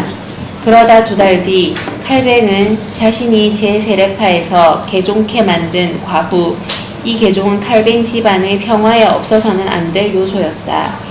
이들레트 드비르와 혼인했다. 이들레트는 전남편, 그의 이름도 장이었다. 전남편에게 낳은 2 아이도 함께 데려왔다. 이 혼인은 희열을 가져다 주지는 못했다. 하나님은 우리 혼인이 너무 행복할까봐 그들에게 질병을 보내심으로 처음부터 우리 기쁨에 물을 타셨다. 2해 뒤 이들레트는 칼뱅에게 자크라는 아들을 낳았다. 하지만 이 아들은 미숙아였고 불과 2주만을 살다가 숨을 거두었다. 칼뱅은 친구에게 이렇게 써보냈다. 하나님은 분명 우리 어린 아들을 죽여 혹독하고 쓰라린 상처를 안겨주셨네. 그래도 그분은 당신 자신이 아버지이시고 당신 자녀에게 무엇이 좋은지를 가장 잘 아시지. 이들레트 자신도 건강을 추스르려고 애썼다. 그러나 혼인 생활의 마지막 몇 년을 보내면서 서서히 죽음으로 다가갔다. 그러다 결국 1549년에 그가 데려온 2 자녀를 칼뱅에게 맡기고 숨을 거두었다. 누가 봐도 고통스러운 일이었다. 나는 가능한 한 최선을 다해 내 슬픔을 이겨내려고 애쓴다네. 나는 내 인생의 가장 좋은 벗을 잃어버렸네. 칼뱅은 날 때부터 낭만이 넘치는 인물은 아니었지만 그렇다고 깊은 감정과 사랑을 느끼지 못하는 것은 아니었다. 우리가 보통 칼빈을 사랑도 모르고 인간미도 없고 뭐 아버지로서도 역할도 못하고 남편으로서도 뭐 시답지 않는, 공부만 하고 날카롭고 신경질만 많고 이런 사람이 아니었나, 아주 차디찬 사람, 냉혈한이 아니었나 이렇게 생각하는 그런 경우에, 그러나 그런 흔적이 거의 없어요. 그래서 그런 사람이 아니다라고 하는 것을 드러내는 그런 책들이 많아요. 인간 칼빈, 아버지로서의 칼빈, 남편으로서의 칼빈, 이런 글도 있어요. 이제 특별히 자기 아내가 늦게 만났지만, 그리고 먼저 결혼하고 아이 둘이 있는 그 과부 부인을 만났지만, 이분이 굉장히 훌륭한 분이었어요. 이분이 아주 훌륭한 분이, 여기 그야말로 온화하고 자상하고 그런 어떤 그 분이어서 칼빈이 결혼 생활이 질병만 아니었다면 참 행복할 것인데 일찍 돌아가셨어요, 이 부인이. 그리고 낳은 아들도 그렇게 죽고, 그리고 이제 근데 이제 여기서 그 과부가 데리고 온 그 애가 있었는데 이 애들이 좀 말썽을 일으킵니다. 나중에 참 이렇게 참 칼빈의 마음을 그렇게 아프게 한 일들이 많이 있었어요. 커서도 참 가슴 아픈 일이죠. 이런 일들이. 우리 이제 예를 들면은 박윤선 박사 있잖아요. 박윤선 박사가 그 우리 채플 때, 우리 신학교 다닐 때 채플 때 참 후회스러운 말들을 몇 번 한 걸 우리가 기억을 해요. 자기는 가정 실패했다. 자녀 교육에 실패한 목사다. 그런 말을 이게 설교 중에 얼핏 몇 번 한 걸 내가 들었어요. 나중에 알고 보니까 이제 이분이 이 박윤선 박사가 이제 화란에 공부하러 갔지 않습니까? 늘 이제 나이 먹어서 공부하러 갔어요. 사실상 박윤선 박사가 미국에서 THM만 하고 이제 한국에 왔어요. 이게 저기랑 잘 안 어울린 거야. 저 미국에 있는 저기하고 이제 나중에 그 원인을 내가 잘 모르고 있었는데 PhD 박사학위 논문에서 문제가 있었어요. 그걸 내가 난 잘 모르고 있었는데 이번에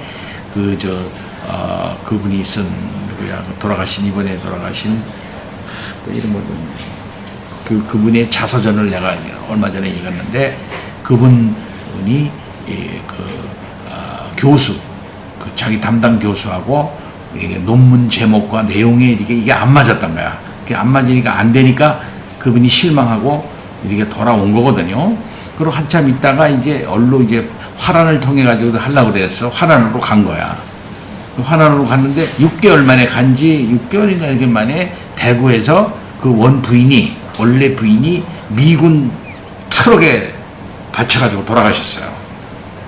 안타까운 일이죠. 미군 트럭에 그냥 받쳐서 원 사모님이 돌아가신 거야.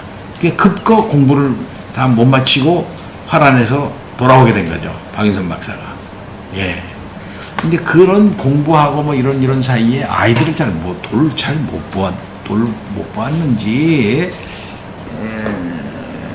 그 큰 아들이 계신데, 그 큰 아들이 예수를 안 믿었어요. 술고래고 그냥 막 안 좋게 하고 막 그렇게 했어요. 그것 때문에 박 목사님이 고민하고 막 그랬다고 그래요. 나중에 이제 회심하고 돌아왔죠. 나중에 회심하고 돌아오기는 이제 했는데 그렇게 개혁자의 저기가 참 쉽지 않은 가정생활에 쉽지 않은 일이 이제 있었던 것이 사실이에요. 많은 위대한 한국교회 위대한 많은 목사들의 아들과 딸들 중에 그런 사례가 많습니다. 알려지지 않아서 그렇지. 예.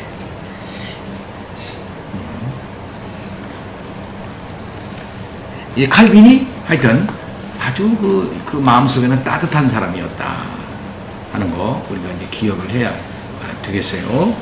냉혈한이 아니다 이거죠. 좀 넘어갑니다. 싸움터로 되돌아가라. 칼뱅이 스트라스부르크에서 우리 설집사님 읽어주세요. 칼뱅이 스트라스부르에서 행복한 남의 생활을 보내는 동안 제네바는 혼란을 겪고 있었다. 프랑스에서 미사를 공격하는 벽보를 썼던 이가 목사로서 왔다 갔으나 교리에 혼란만 생겨났고 정치적 폭력이 난무했다. 결국 제네바의 정치 상황은 칼뱅이 돌아오길 원할 만큼 쭉 넘어가서 넘어가봐요. 원할 만큼이 되었다. 그리하여 제네바 사람들은 칼뱅을 차갑게 내치고 3년이 흐른 뒤 그에게 다시 돌아오라는 따뜻한 초청장을 보냈다. 칼뱅은 얼마든지 이런 초청을 조롱하며 내칠 수도 있었다. 실제로 돌아가려는 생각을 하니 생각만 해도 끔찍했다. 바렐이 초청을 수락하라고 다그쳤을 때도 칼뱅은 이런 십자가를 지느니 100번 죽는 게 낫다고 대답했다. 그러나 부처와 바렐이 합세하여 그를 설득했고 결국 칼뱅은 이런 설득에 넘어가고 만다. 아이고 불쌍한 칼뱅. 1541년 칼뱅은 이들레트와 그녀의 자녀들을 데리고 제네바로 돌아갔다. 그들은 가파르고 작은 길인 샤누아느 거리를 힘겹게 올라갔다. 제네바시는 그곳에서 깔뱅에게 작지만 필요한 세관을 갖춘 집 하나를 제공했다. 자그마한 뒷뜰도 있었고 알프스의 기막힌 풍광이 보이는 이 집은 제네바가 깔뱅을 달래려고 준 뇌물이었다. 하지만 깔뱅은 제네바 사람들을 다시 믿으려 하지 않았다. 그는 짐을 푼 뒤에도 언제든지 다시 추방당할 각오를 하고 있었다. 깔뱅이 이전에 자신이 섰던 설교단에 처음 올라갔을 때만 해도 사람들이 예상하는 분위기는 무거웠다. 회중은 한때 추방을 당했던 사람이 이제는 사람들에게 말씀을 전하게 된 이상 틀림없이 앙심을 품고 갖가지 저주를 갱류처럼 쏟아내리라 생각하며 마음을 다잡았다. 그러나 깔뱅은 그리하지 않고 3년 반 전 자신이 거기서 마지막으로 전해야 했던 그 구절을 강설하는 것으로 그쳤다. 그의 메시지는 더할 나위 없이 분명했다. 깔뱅은 사사로운 목표를 품고 돌아온 게 아니라 하나님의 말씀을 전하는 설교자로 돌아왔다. 좀 이렇게 하기가 쉽지 않죠. 아무 말 안 하고 그 전에 했던 그 다음 구절을 가지고 그대로 또 설교하기 시작했어요. 많은 사람이 이거에 놀래요. 이거 굉장히 유명한 사건이에요. 이거. 예. 나를 왜 쫓아냈습니까? 내가 쫓아낸 이상하니 난 앞으로 이렇게 하겠습니다. 앞으로 이렇게 하고 이렇게 하고 이렇게 해야 됩니다. 그래서 막 무슨 어떤 그 원칙을 얘기하고 뭐 교회를 막 이렇게 하고 저렇게 하겠다. 앞으로는 이렇게 해야 된다. 전에는 그렇게 했는데 이렇게 하면 안 된다. 그러면서 쭉 얘기할 것 같은 그런 분위기였단 말이에요. 그러나 전혀 그런 얘기를 안 하고, 전에 했던 그 설교 그 다음 구절. 칼뱅은 항상 이게 요한복음으로 알고 있는데 그 구절을 한 구절인가? 그 구절, 그 다음 구절부터 쫙 이렇게 설교에 들어갔어요. 이게 쉽지 않죠. 굉장한 내공이에요. 그죠? 네, 훌륭한 분이다 말할 수 있습니다. 하나님께 맡기는 거지 뭐. 하나님의 말씀의 능력에 맡기는 거예요. 네. 우리도 그렇게 해야 되겠습니다. 계속해서 하지만 하나님의 말씀이 실제로 제네바에 있는 당신의 교회를 다스리시는 홀이 되려면 이를 확실히 이룰 수 있는 뭔가를 해야만 했다. 문제는 제네바 시의회 스스로 교황과 같은 권세를 확실히 움켜쥔 채 사사건건 간섭하며 교회 안에서 이루어지는 일까지 모두 통제한다는 것이었다. 칼뱅은 자신이 아직 환대를 받을 때에 결정타를 날려야 한다는 것을 알았다. 그리하여 그는 자신이 제네바로 돌아온 바로 그날 시의회에 제네바 교회를 폭넓게 기획하기 위한 제안들을 열거한 목록을 제출했다. 시의회는 이 제안들을 대부분 받아들였다. 이 제안들은 종교개혁이 단순히 로마와 단절하는 데 그치는 일이 아니라 전심전력을 다해 말씀으로 끊임없이 개혁해가는 일임을 아주 분명하게 밝혔다. 개혁된 교회도 늘 개혁해 가야 한다. 칼뱅은 다른 무엇보다도 모든 집이 해마다 목회자의 신방을 받아야 하고 모든 이가 개신교 신앙을 설명한 요리문답을 배워야 하며 이런 일들을 행한 사람만을 성찬에 참여시켜야 한다고 제안했다. 아울러 칼뱅은 제네바가 일부 다처제와 공산주의를 표방하던 얀판 레이덴의 미스터 공동체와 같다는 소리를 결코 듣지 않게 하려고 질서 있는 사회를 확실히 세워줄 7위위원회를 설치할 것을 제안했다. 7위위원회는 실제로 7위를 강제할 힘을 갖고 있지 않았으며 이 위원회가 세워진 뒤에도 설교나 요리문답 수업에 몰래 빠진 이들을 말로 꾸중하는 데 그치는 경우가 대부분이었다.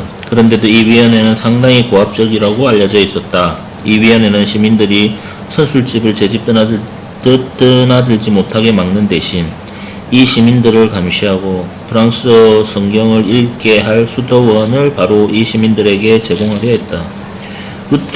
루트의 비텐베르크와 완전 딴판인 우선 일이 벌어진 것이다. 당연히 이 계획은 큰 성공을 거두지 못했다.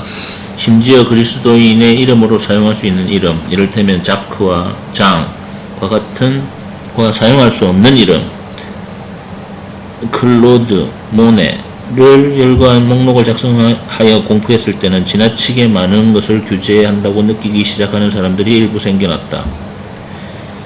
요컨대 헌신한 신앙인도 아니건만 헌신한 신앙인답게 거룩한 삶을 살라는 말을 듣기 싫어하는 제네바 사람들이 많았다. 이름이 왜 사용하지 못하냐면 자크는 야고보, 장은 요한을 가리키며 클로드는 라틴어식 이름이자 로마 황제의 이름이던 클라우디우스,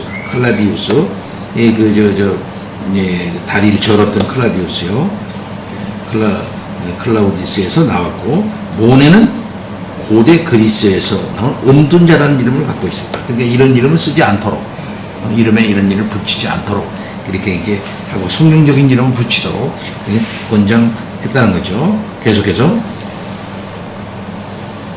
깔뱅은 일찍이 제네바 사람들이 어이쿠 여기에서는 이런 복음을 원하지 않소. 이런 복음을 원하는 곳은 딴 데 가서 찾아보시오라고 라는 말을 한다고 따끔하게 꼬집은 바 있었다.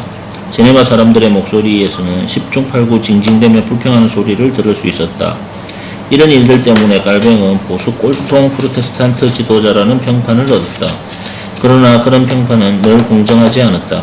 제네바시가 깔뱅을 이렇게 판단한 것은 어불성설이다. 깔뱅 자신도 말했지만 그는 샌님학자였다. 그는 독재 권력을 휘두를 욕심도 없었고 그런 권력을 가질 기회도 없었다. 그는 프랑스 출신 난민이요 제네바 시민이 아니었기에 투표권도 없었고 세속의 어떤 공직도 맡을 수 없었다. 그야말로 그는 그 도시에서 하루하루 시의회의 은혜를 힘입어 살아갔고 시의회는 언제라도 마음이 바뀌면 그를 다시 쫓아낼 수 있었다.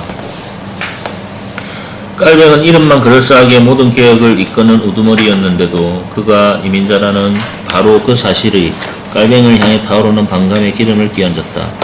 특히 프랑스에서 제네바로 물밀듯이 밀려들어온 엄청난 이민자들도 그런 상황을 악화시켰다. 깔뱅이 제네바로 돌아온 1541년에 제네바시 인구는 약 10,000명이지만 그가 세상을 떠날 즈음에 그 2배가 넘었다. 새로 이주해온 사람들은 거의 다 깔뱅 같은 프랑스 난민들이었다. 이들은 제네바시를 바꿔놓고 시계 제조와 같은 산업을 들여왔으며 심지어 거리에서 사람들이 주로 쓰는 언어조차도 프랑스어로 바꿔놓았다.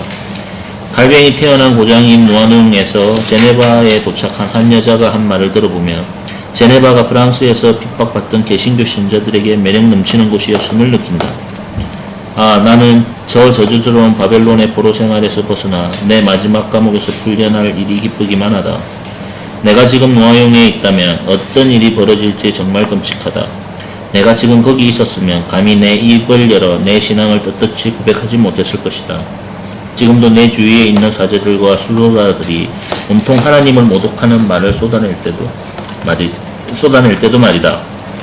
그러나 나는 지금 여기서 담대히 내 주 앞에 나아가 그분께 영광을 돌리는 자유를 만끽할 뿐 아니라 그분 앞으로 이끌려간다. 모든 생업을 뒤로하고 떠나온 이들은 개신교 신자로서 떳떳이 살게 되었고 성경을 가르치는 말을 듣게 되었다.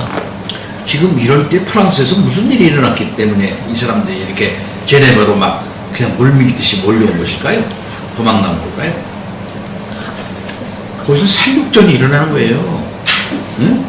계속 뭐 죽이고 막 해서 색출 작전이 일어나가지고서 핍박을 하고 막 그런 일이 일어나는 거예요. 프랑스에서는.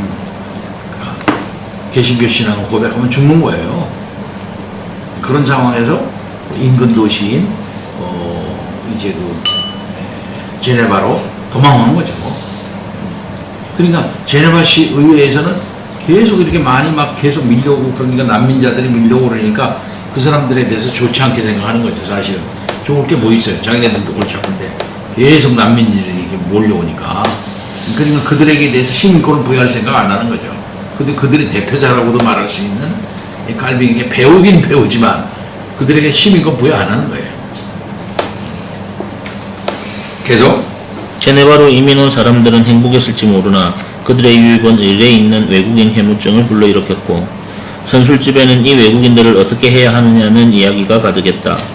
사람들이 좋아한 방안 중에는 배를 하나 마련하여 모든 프랑스인과 추방당한 사람들을 그 배에 태운 뒤 롱강을 따라 내려가게 하여 프랑스로 돌려보내야 한다는 생각도 있었다. 사람들이 드러내놓고 말은 하지 않았지만 그렇게 보낼 사람 중에는 깔뱅의 이름도 들어있었다. 상황이 험악해지기 시작했다. 한 무리 여자들이 춤을 추다 붙잡혔는데 이 일 때문에 깔뱅은 맹렬한 반감을 사게 되었다. 제네바시 저녁에 다시 입에 올리지 못할 무례한 욕설을 갈뱅에게 퍼부은 포스터들이 나붙었고 심지어 갈뱅의 설교단에도 하나 붙어있다. 이는 장차 더 불길한 일이 일어날 것을 미리 알려주는 징조였다. 1550년대 초에는 폭동이 일어나고 긴장이 높아졌는데 이는 파티를 끔찍히 좋아하고 갈뱅을 지독히 미워하는 무리가 주도해서 일어난 일이었다. 갈뱅이 설교하는 동안 어떤 이들은 기침을 해대고 또 다른 이들은 그들의 안전의자로 시끄러운 소리를 내는 무례를 범하여 갈뱅을 끌어내리려 했다. 그러니까 갈뱅이 그 사람들이 하는 그 제일 싫어하는 게 뭘 싫어할까요? 그럼 사육제라는 거 아시죠? 사육제. 사육제. 그 다음에 가면무도회. 뭐 이런 거. 외국 사람들이 좋아하는 거, 그런 거. 근데 실상은 그 제네바에서 그런 일이 늘 일어났다고 볼 수는 없는 일이지만 프랑스에서나 이런 일이 일어날 때 그것은 에드와르드 훅스라고 하는 사람이 쓴 세계 풍속사라는 책이 있어요. 세계 풍속사 에드와르드 훅스라고 쓴 그 사람이 쓴 책입니다. 근데 그 사람 책이 5권인데 우리나라에 번역됐어요. 그걸 제가 재밌게 읽은 책 중에 하나인데 사육제라고 하는 것은 사실상 미안한 말입니다만 평소에 이 사람들이 자유롭게 남녀 교제를 할 수가 없다 이 말이죠. 남녀 교제를 이게 중세적 분위기에서 그쪽 분위기로 가는 거니까 남녀가 제대로 정상적으로 만날 수 있는 장이 없는 거야. 그런 장이. 근데 사육제나 이런 기간에는, 축제 기간에는 거리로 쏟아져 나오고 동네로 쏟아져 나오고 집에서 다 이런 남녀가 쏟아져 나와요. 그리고 거기서 자유롭게 만나. 사람들이 춤을 추면서 만나고. 그래서 거기서 이게 자유롭게 이제 자유연애가 돼요. 자유연애가 돼요. 그 기록에 보면은 사육제 기간에 보면 니오의 축제, 뭐 삼바 축제나 이런 것처럼 엄청난 축제가 되는 거예요. 연애. 그 기간에는 다 용인해줘. 그래가지고 숲속에 들어가가지고 자유롭게 연애를 해요.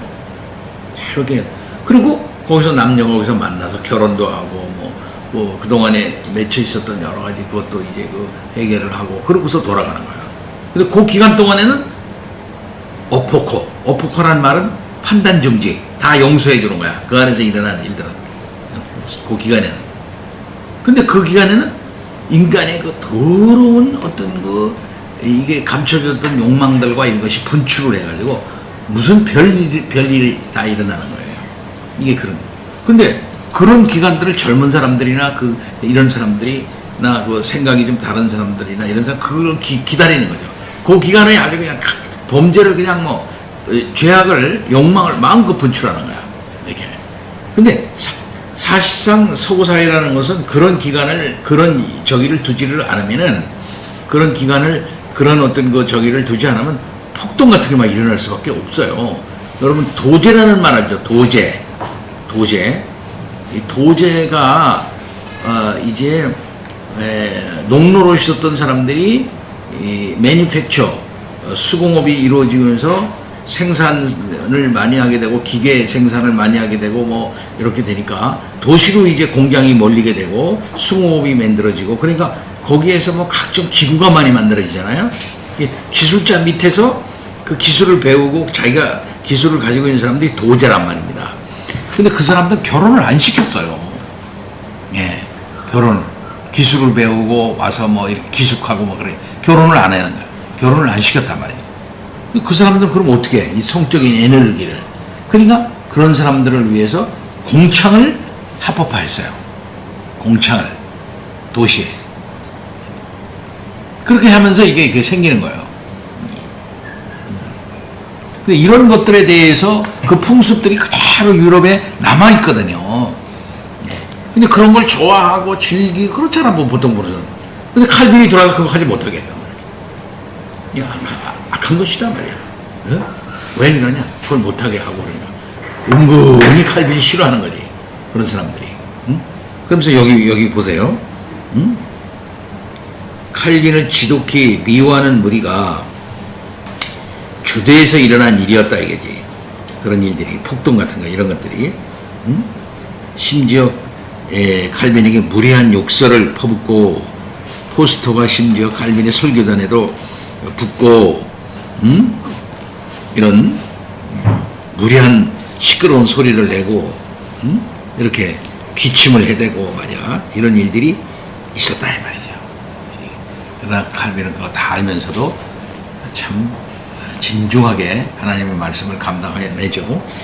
조금 더 읽어볼까요?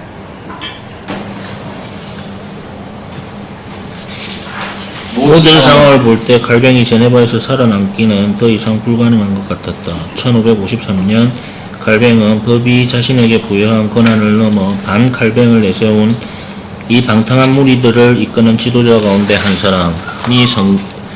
사람이 성찬에 참여하는 것을 허용하지 않겠다고 선언했다. 다음 주일이 그의 마지막 주일이 되리라는 것을 충분히 예상한 칼뱅은 목이 맨 채 설교했지만 자신의 입장에서 여전히 물러서려 하지 않았다. 그는 성찬대에서 서서 이렇게 선언했다. 나는 이 손이 주님의 거룩한 것들을 심판을 받는 모욕자들에게 나누어 주기 전에 죽을 것입니다. 그러나 칼뱅은 추방당하지 않았는데 그 이유는 설명하기가 거의 불가능하다. 하지만 제네바에서 그의 목숨은 바람 앞에 등불과 같았다. 어려운 가운데 선교 사역을 진행한 거죠. 쉽지가 않게. 자, 실상 위대한 주의 종들에게 고난이 뭐냐면 이런 게 고난이에요. 다른 게 고난이 아니라 하고 싶은 말을 강단에서 다 못하는 거예요.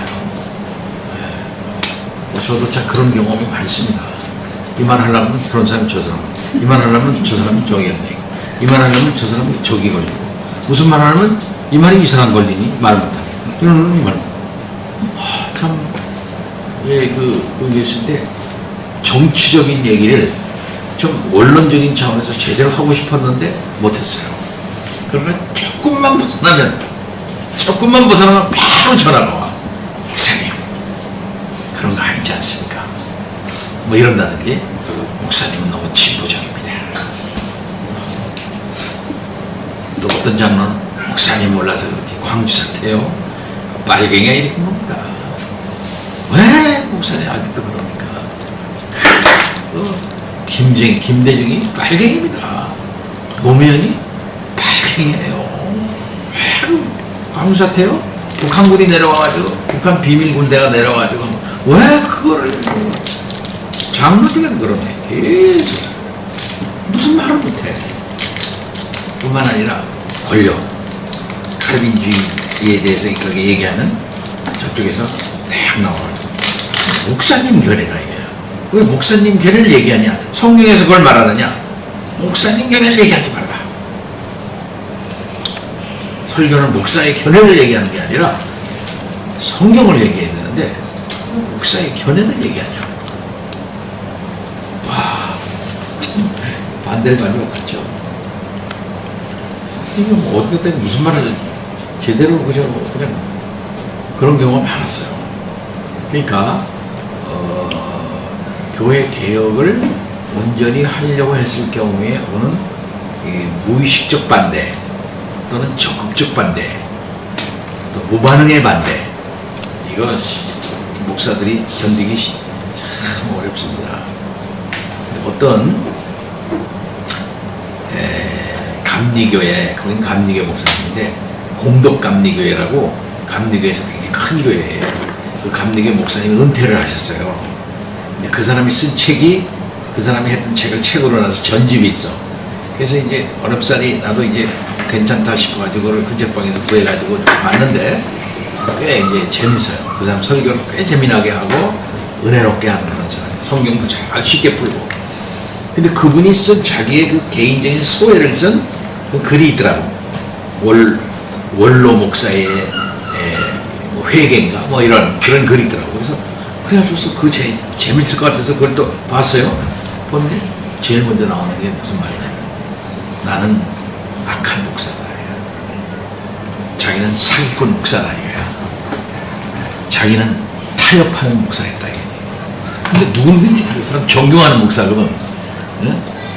그 일대에서나 그러고 다 그러고. 근데 왜 내가 악한 목사냐?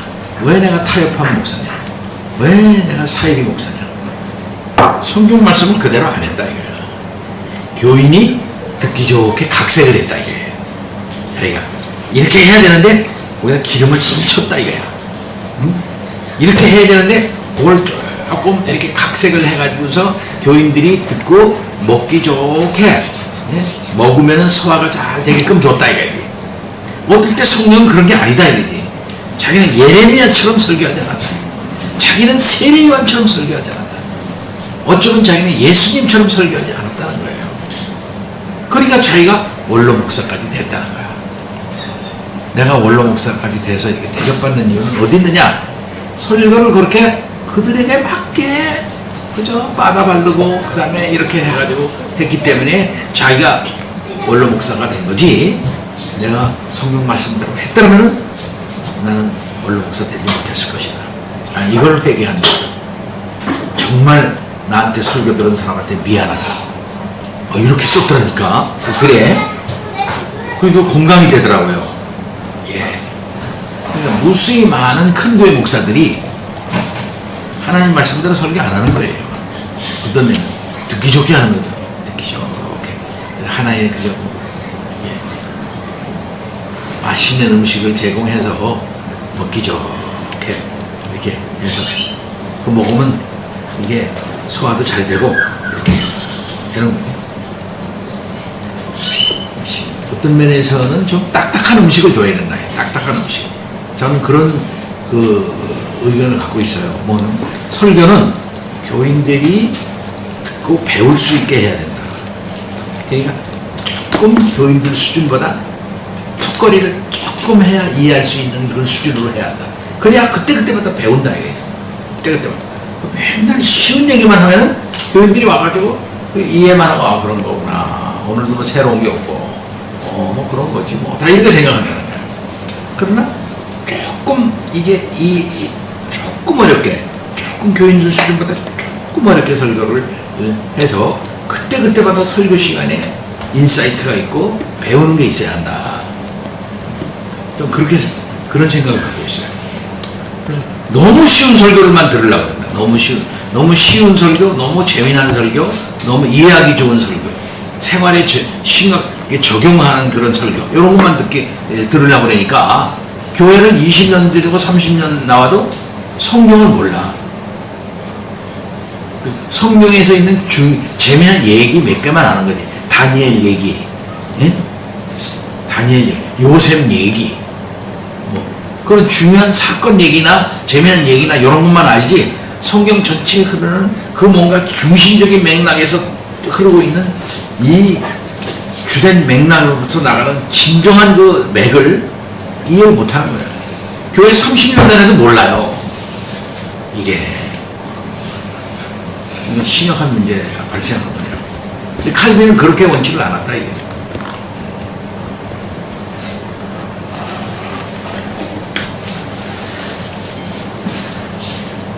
어떤 면에서는 난 그렇게 봐요.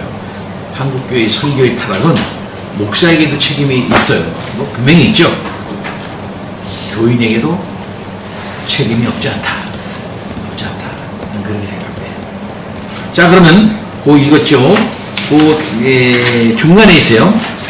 로마로 되돌아오라. 이 부분을 우리 김 집사님께서 쭉 읽어주세요. 칼뱅과 파렐이 제네바에서 쫓겨났을 때 로마에서도 칼뱅처럼 이 도시가 종교개혁 진영을 떠나 로마로 되돌아오리라고 생각한 이들이 많았다. 이탈리아의 시인이요 가톨릭 정직자인 사돌레토 추기경도 그런 사람 가운데 하나였다. 매력있고 온화하며 박식했던 사돌레토는 탕자 제네바도 올바른 방향으로 조금만 밀어주면 되돌아오리라고 느꼈다.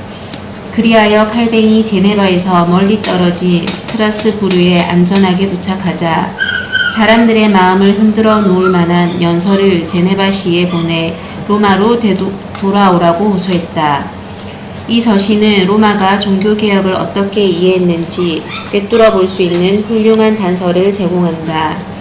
사돌레토의 서신은 다정하게 감싸 안는 말로 시작한다.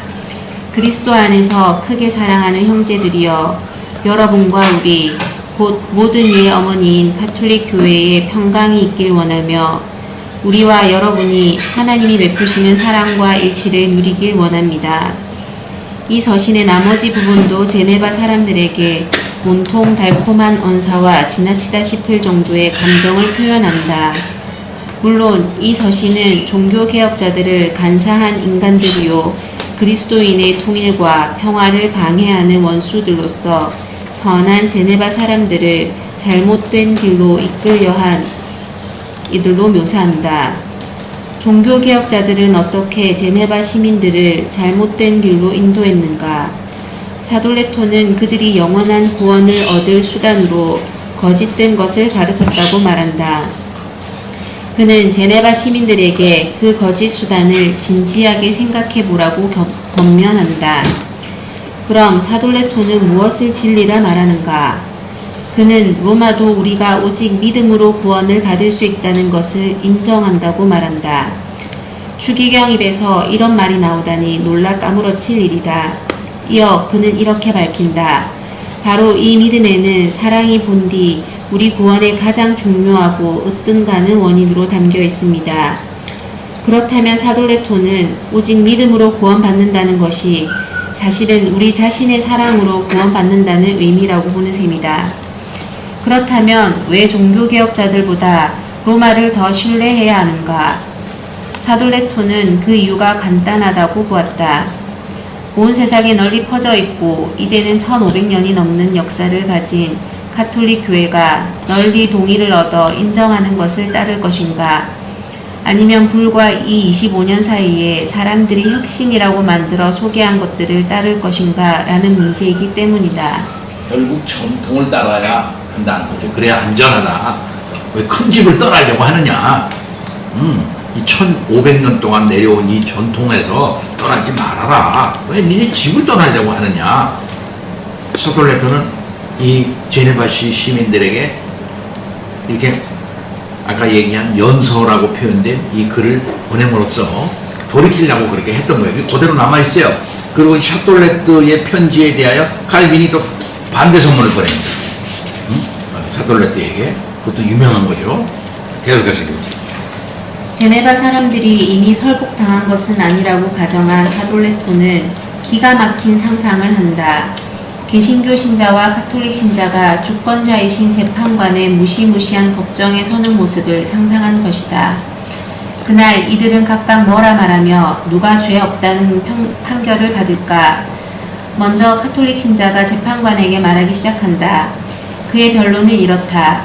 저는 가톨릭 교회에 순종하고 그 법과 권면과 법령을 존중하며 지킵니다. 이어 개신교 신자가 뻔뻔하게 걸어나와 그의 변론을 펼치면서 개신교 신자들이 교회가 메어놓은 포악한 멍에를 털어버렸다고 말한다. 이런 일을 한 목적은 무엇인가? 개신교 신자는 이후에 우리가 당신을 믿는 이런 우리의 믿음을 신뢰하면서 우리가 열거했던 모든 일을 훨씬 더 자유롭게 행할 수 있게 하려 했기 때문이라고 말한다. 이 특별한 개신교 신자는 분명 이신칭의의 그가 그리스도를 신뢰하기보다 그 자신의 믿음에 따른 행위를 신뢰해야 한다는 의미로 받아들였다.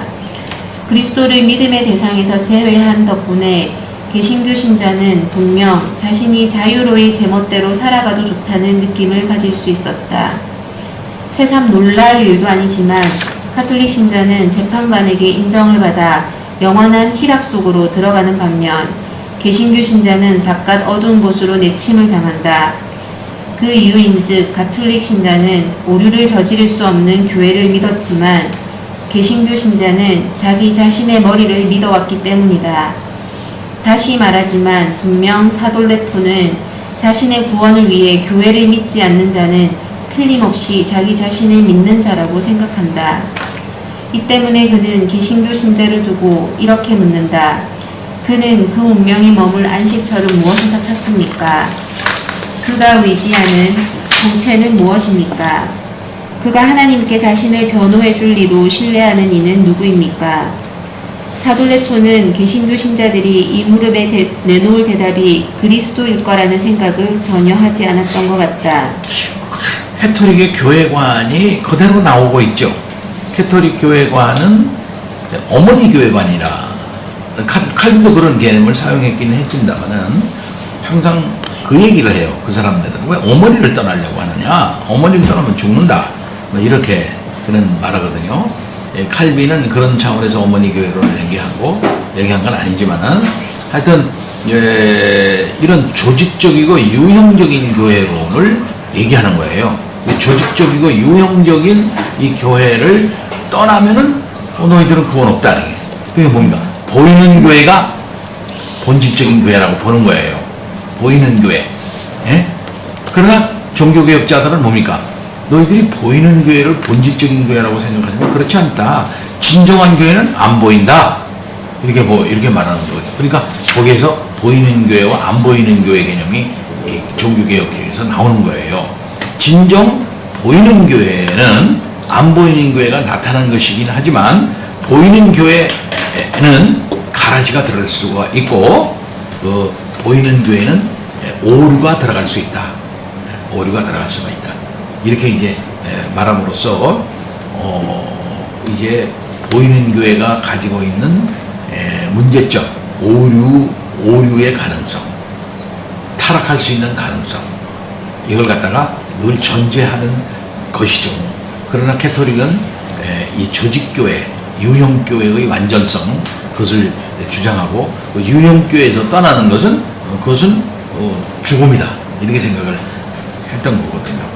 그러나 종교개혁자들은 보이지 않는 교회가 진정한 교회다. 하나님의 택한 자들의 모임, 그 교회가 진정한 교회이다.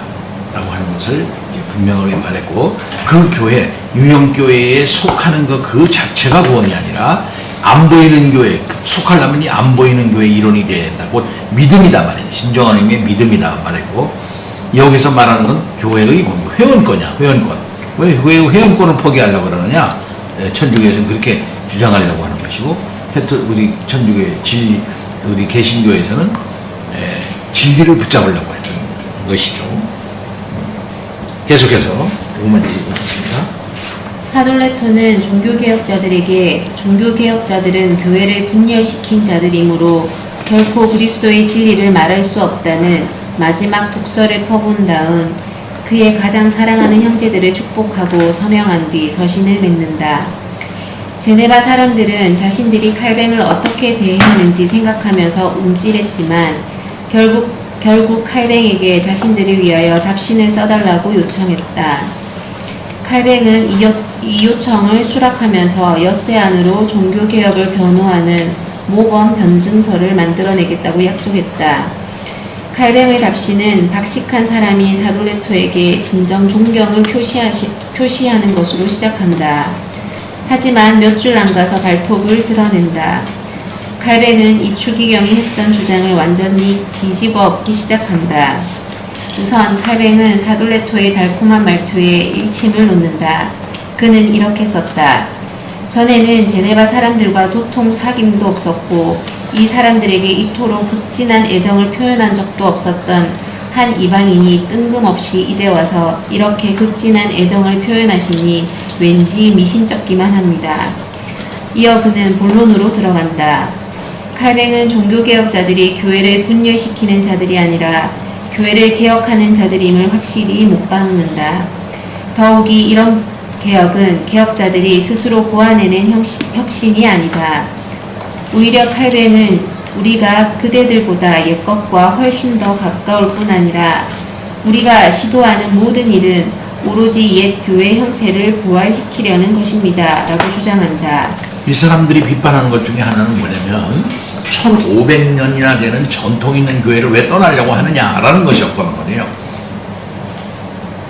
근데 칼빈은 주장을 그러면서 말하기를 왜 어거스틴 그 전에 있었던 교부들 그 교부들로부터 그 사람들의 건전한 전통으로부터 떠나려고 하는 것이냐 이렇게 샤톨레토를 주장하고 당시 천주교 측에서 이렇게 주장했던 것이거든요. 근데 칼빈은 분명히 얘기했습니다. 우리는 그게 아니라 원래 그게 무엇인가를 밝히고 그걸 이으려고 하는 것이다 하면서 교부들과 그 다음에는 어거스틴 전통을 그대로 자기네들이 있는 진정한 의미의 참된 교회의 진정한 전통을 자기네는 있는 것이다 라고 이렇게 얘기를 해요. 가지고 칼빈 기독교 강론 보시면 그거 계속 강조합니다. 예, 계속해서 종교개혁자들은 늘 그 점을 강조했다. 또 마지막 심판 때 가톨릭 신자가 펼칠이라는 훌륭한 변론을 놓고도 이렇게 말한다. 자신의 변론을 오로지 이것, 곧 자신이 늘 그의 조상에게서 자신에게 내려온 종교를 철석같이 의지해왔다는 사실에 의존하는 사람은 그 안전이 바람 앞의 등불과 같습니다. 이런 식의 논리라면 유대인의 터키인과 사라세닌도 하나님의 심판을 피할 것입니다. 하지만 칼뱅의 답시는 대부분 우리 사이의 논쟁에서 가장 중요하고 민감한 주제인 이신칭의를 다룬다. 여기서 칼뱅이 주장을 전개하는 방식은 아주 의미심장하다. 그것, 이신칭의를 아는 지식을 제거한 곳은 그곳이 어디든 그리스도의 영광이 사라져버립니다. 종교개혁자들이 생각하는 구원은 오직 하나님이 은혜로 주신 선물, 오직 은혜이요, 교황이나 미사에서는 발견할 수 없고 오로지 그리스도 안에서만 발견할 수 있는 것이며 오로지 순수하게 믿음으로만 받는 것이다. 이 모든 것이 참이라면 죄인은 자신의 구원에 아무런 기여도 할 수 없고 모든 영광은 하나님께만 돌릴 수 있다. 이 때문에 종교개혁 사상은 다음 질문을 모든 신학을 이끄는 등불로 여겼다. 신학이 사람을 인도하여 오직 하나님께 영광이라고 말하게 하는가? 아니면 사람이 여전히 그 자신에게 그 영광의 일부를 돌리는가? 칼뱅은 사돌레토의 문제점이 바로 이것이라고 말한다. 사람들이 이구동성으로 오직 그리스도의 피만을 만족과 화해와 깨끗해함을 살 수 있는 것으로 제시하거늘 그대는 어찌 감히 그 큰 영광을 당신의 공로로 돌리려 합니까? 구원이 하나님의 은혜와 인간의 사랑이 협력하여 낳은 열매라는 사돌레토의 설익은 구원과는 사실 그리스도의 십자가와 영광을 깎아내린 신성 모독이었다. 예, 이 카톨릭의 실상 구원관입니다. 신인 협력적 구원관, 하나님의 은혜와 인간의 사랑이 협력하여 낳는 열매가 구원이다. 이렇게 보는 거예요. 이게 지금까지도 변함이 없어요. 이 구원관은요. 예. 계속해서 사돌레토는 이렇게 거저 베푸신 자비를 이야기하니 그리스도인들이 거룩한 삶을 살아가는데 마음을 쓰지 않는다고 비판하지만 칼뱅은 그런 비판이야말로 그리스도를 까맣게 잊어버리는 것임을 능숙하게 보여준다. 따라서 믿음으로 말미암는 의, 곧 우리가 은혜로 주어진다고 주장하는 이 의가 있는 곳에는 어디나 그리스도가 계시며 그리스도가 계신 곳에는 거룩함의 영, 곧 영혼을 거듭나게 하여 새 생명을 얻게 하시는 영이 계십니다. 예, 이신칭이 곧 우리의 믿음으로 말미암는 의. 그래서 구원은 우리 속에서 나는 것이 아니라 외부에서 우리에게 들어오는 것이다. 그리스도의 의가 전가됨으로 말미암아 우리가 구원받는 것이지 우리가 하나님의 은혜에 반응해서 주시는 은혜에 우리가 스스로 반응해서 그 의가 서로 간에 협력해서 구원되는 건 아니다 라고 하는 기본적인 구원간의 그 원리를 가지고 반대하는 그런 거예요. 자, 오늘은 여기까지 168페이지까지 한 가지 이제 소식을 전하면 우리가 그동안에 종교개혁 500주년이 되는 해입니다. 올해가. 그래서 그동안 같이 공부하고 있었던 이 바빙크 책을 잠깐 쉬고 특강 종교개혁사도 다 공부했고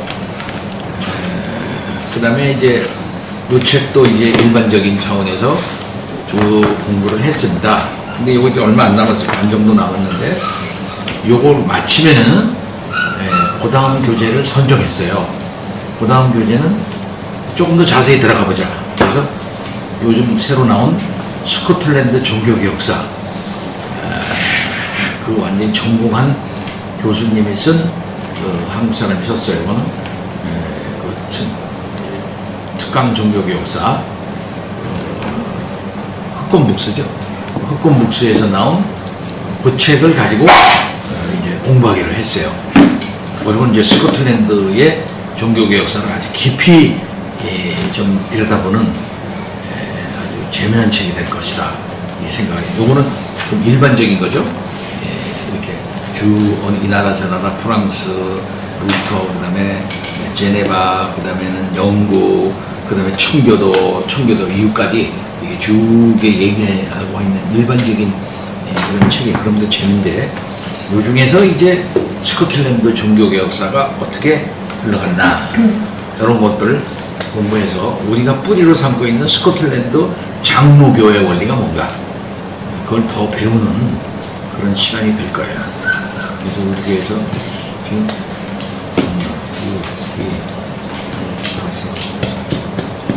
10권을 주문하기로 했어요. 그런 줄 아시고 기대해 주시면 고맙겠습니다. 아주 흥미로워요. 목사님은 안 세셨는데요? 나 안 셌어요? 예. 근데 그거 하나 줘야지. 10권이면 되지 않을까? 응? 조명상 주세요. 아, 조명삼 씨가 있지? 그러면 12권 해야 되겠네? 하나, 둘, 셋, 넷, 목사님을 다섯. 빼신 이유는 목사님은 있는 줄 알고 책. 목사님 책 가지고 계신지. 있을 줄 알고 나 안 샀어. 소풍을 나 혼자 엊그제 됐는데 뭐. 소풍을 와주셔야 그러면은 그 11권, 네. 11권이면 되겠어요? 아 조명상 조명삼 씨까지. 네. 그렇게 하겠습니다. 그러면 12권 해야 되나? 하나, 둘, 셋. 신식이 뺀 거예요, 지금. 아 예. 왜 빼? 신식이 빼면 안 되나? 왜 빼요? 열심히 빼면 안 이제 되나? 그러고는 이제 뭐 또 두고 그게다 또 올려놓으면은 또 필요한 건데 사먹겠죠. 그래요. 그 12권 그럼 주문하세요. 예, 알겠습니다. 12권. 네. 한 사람에 하나씩 할게. 응? 숫자 맞아요. 그저 수정이는 공부하고 책 읽는 사 주면 돼. 어? 네.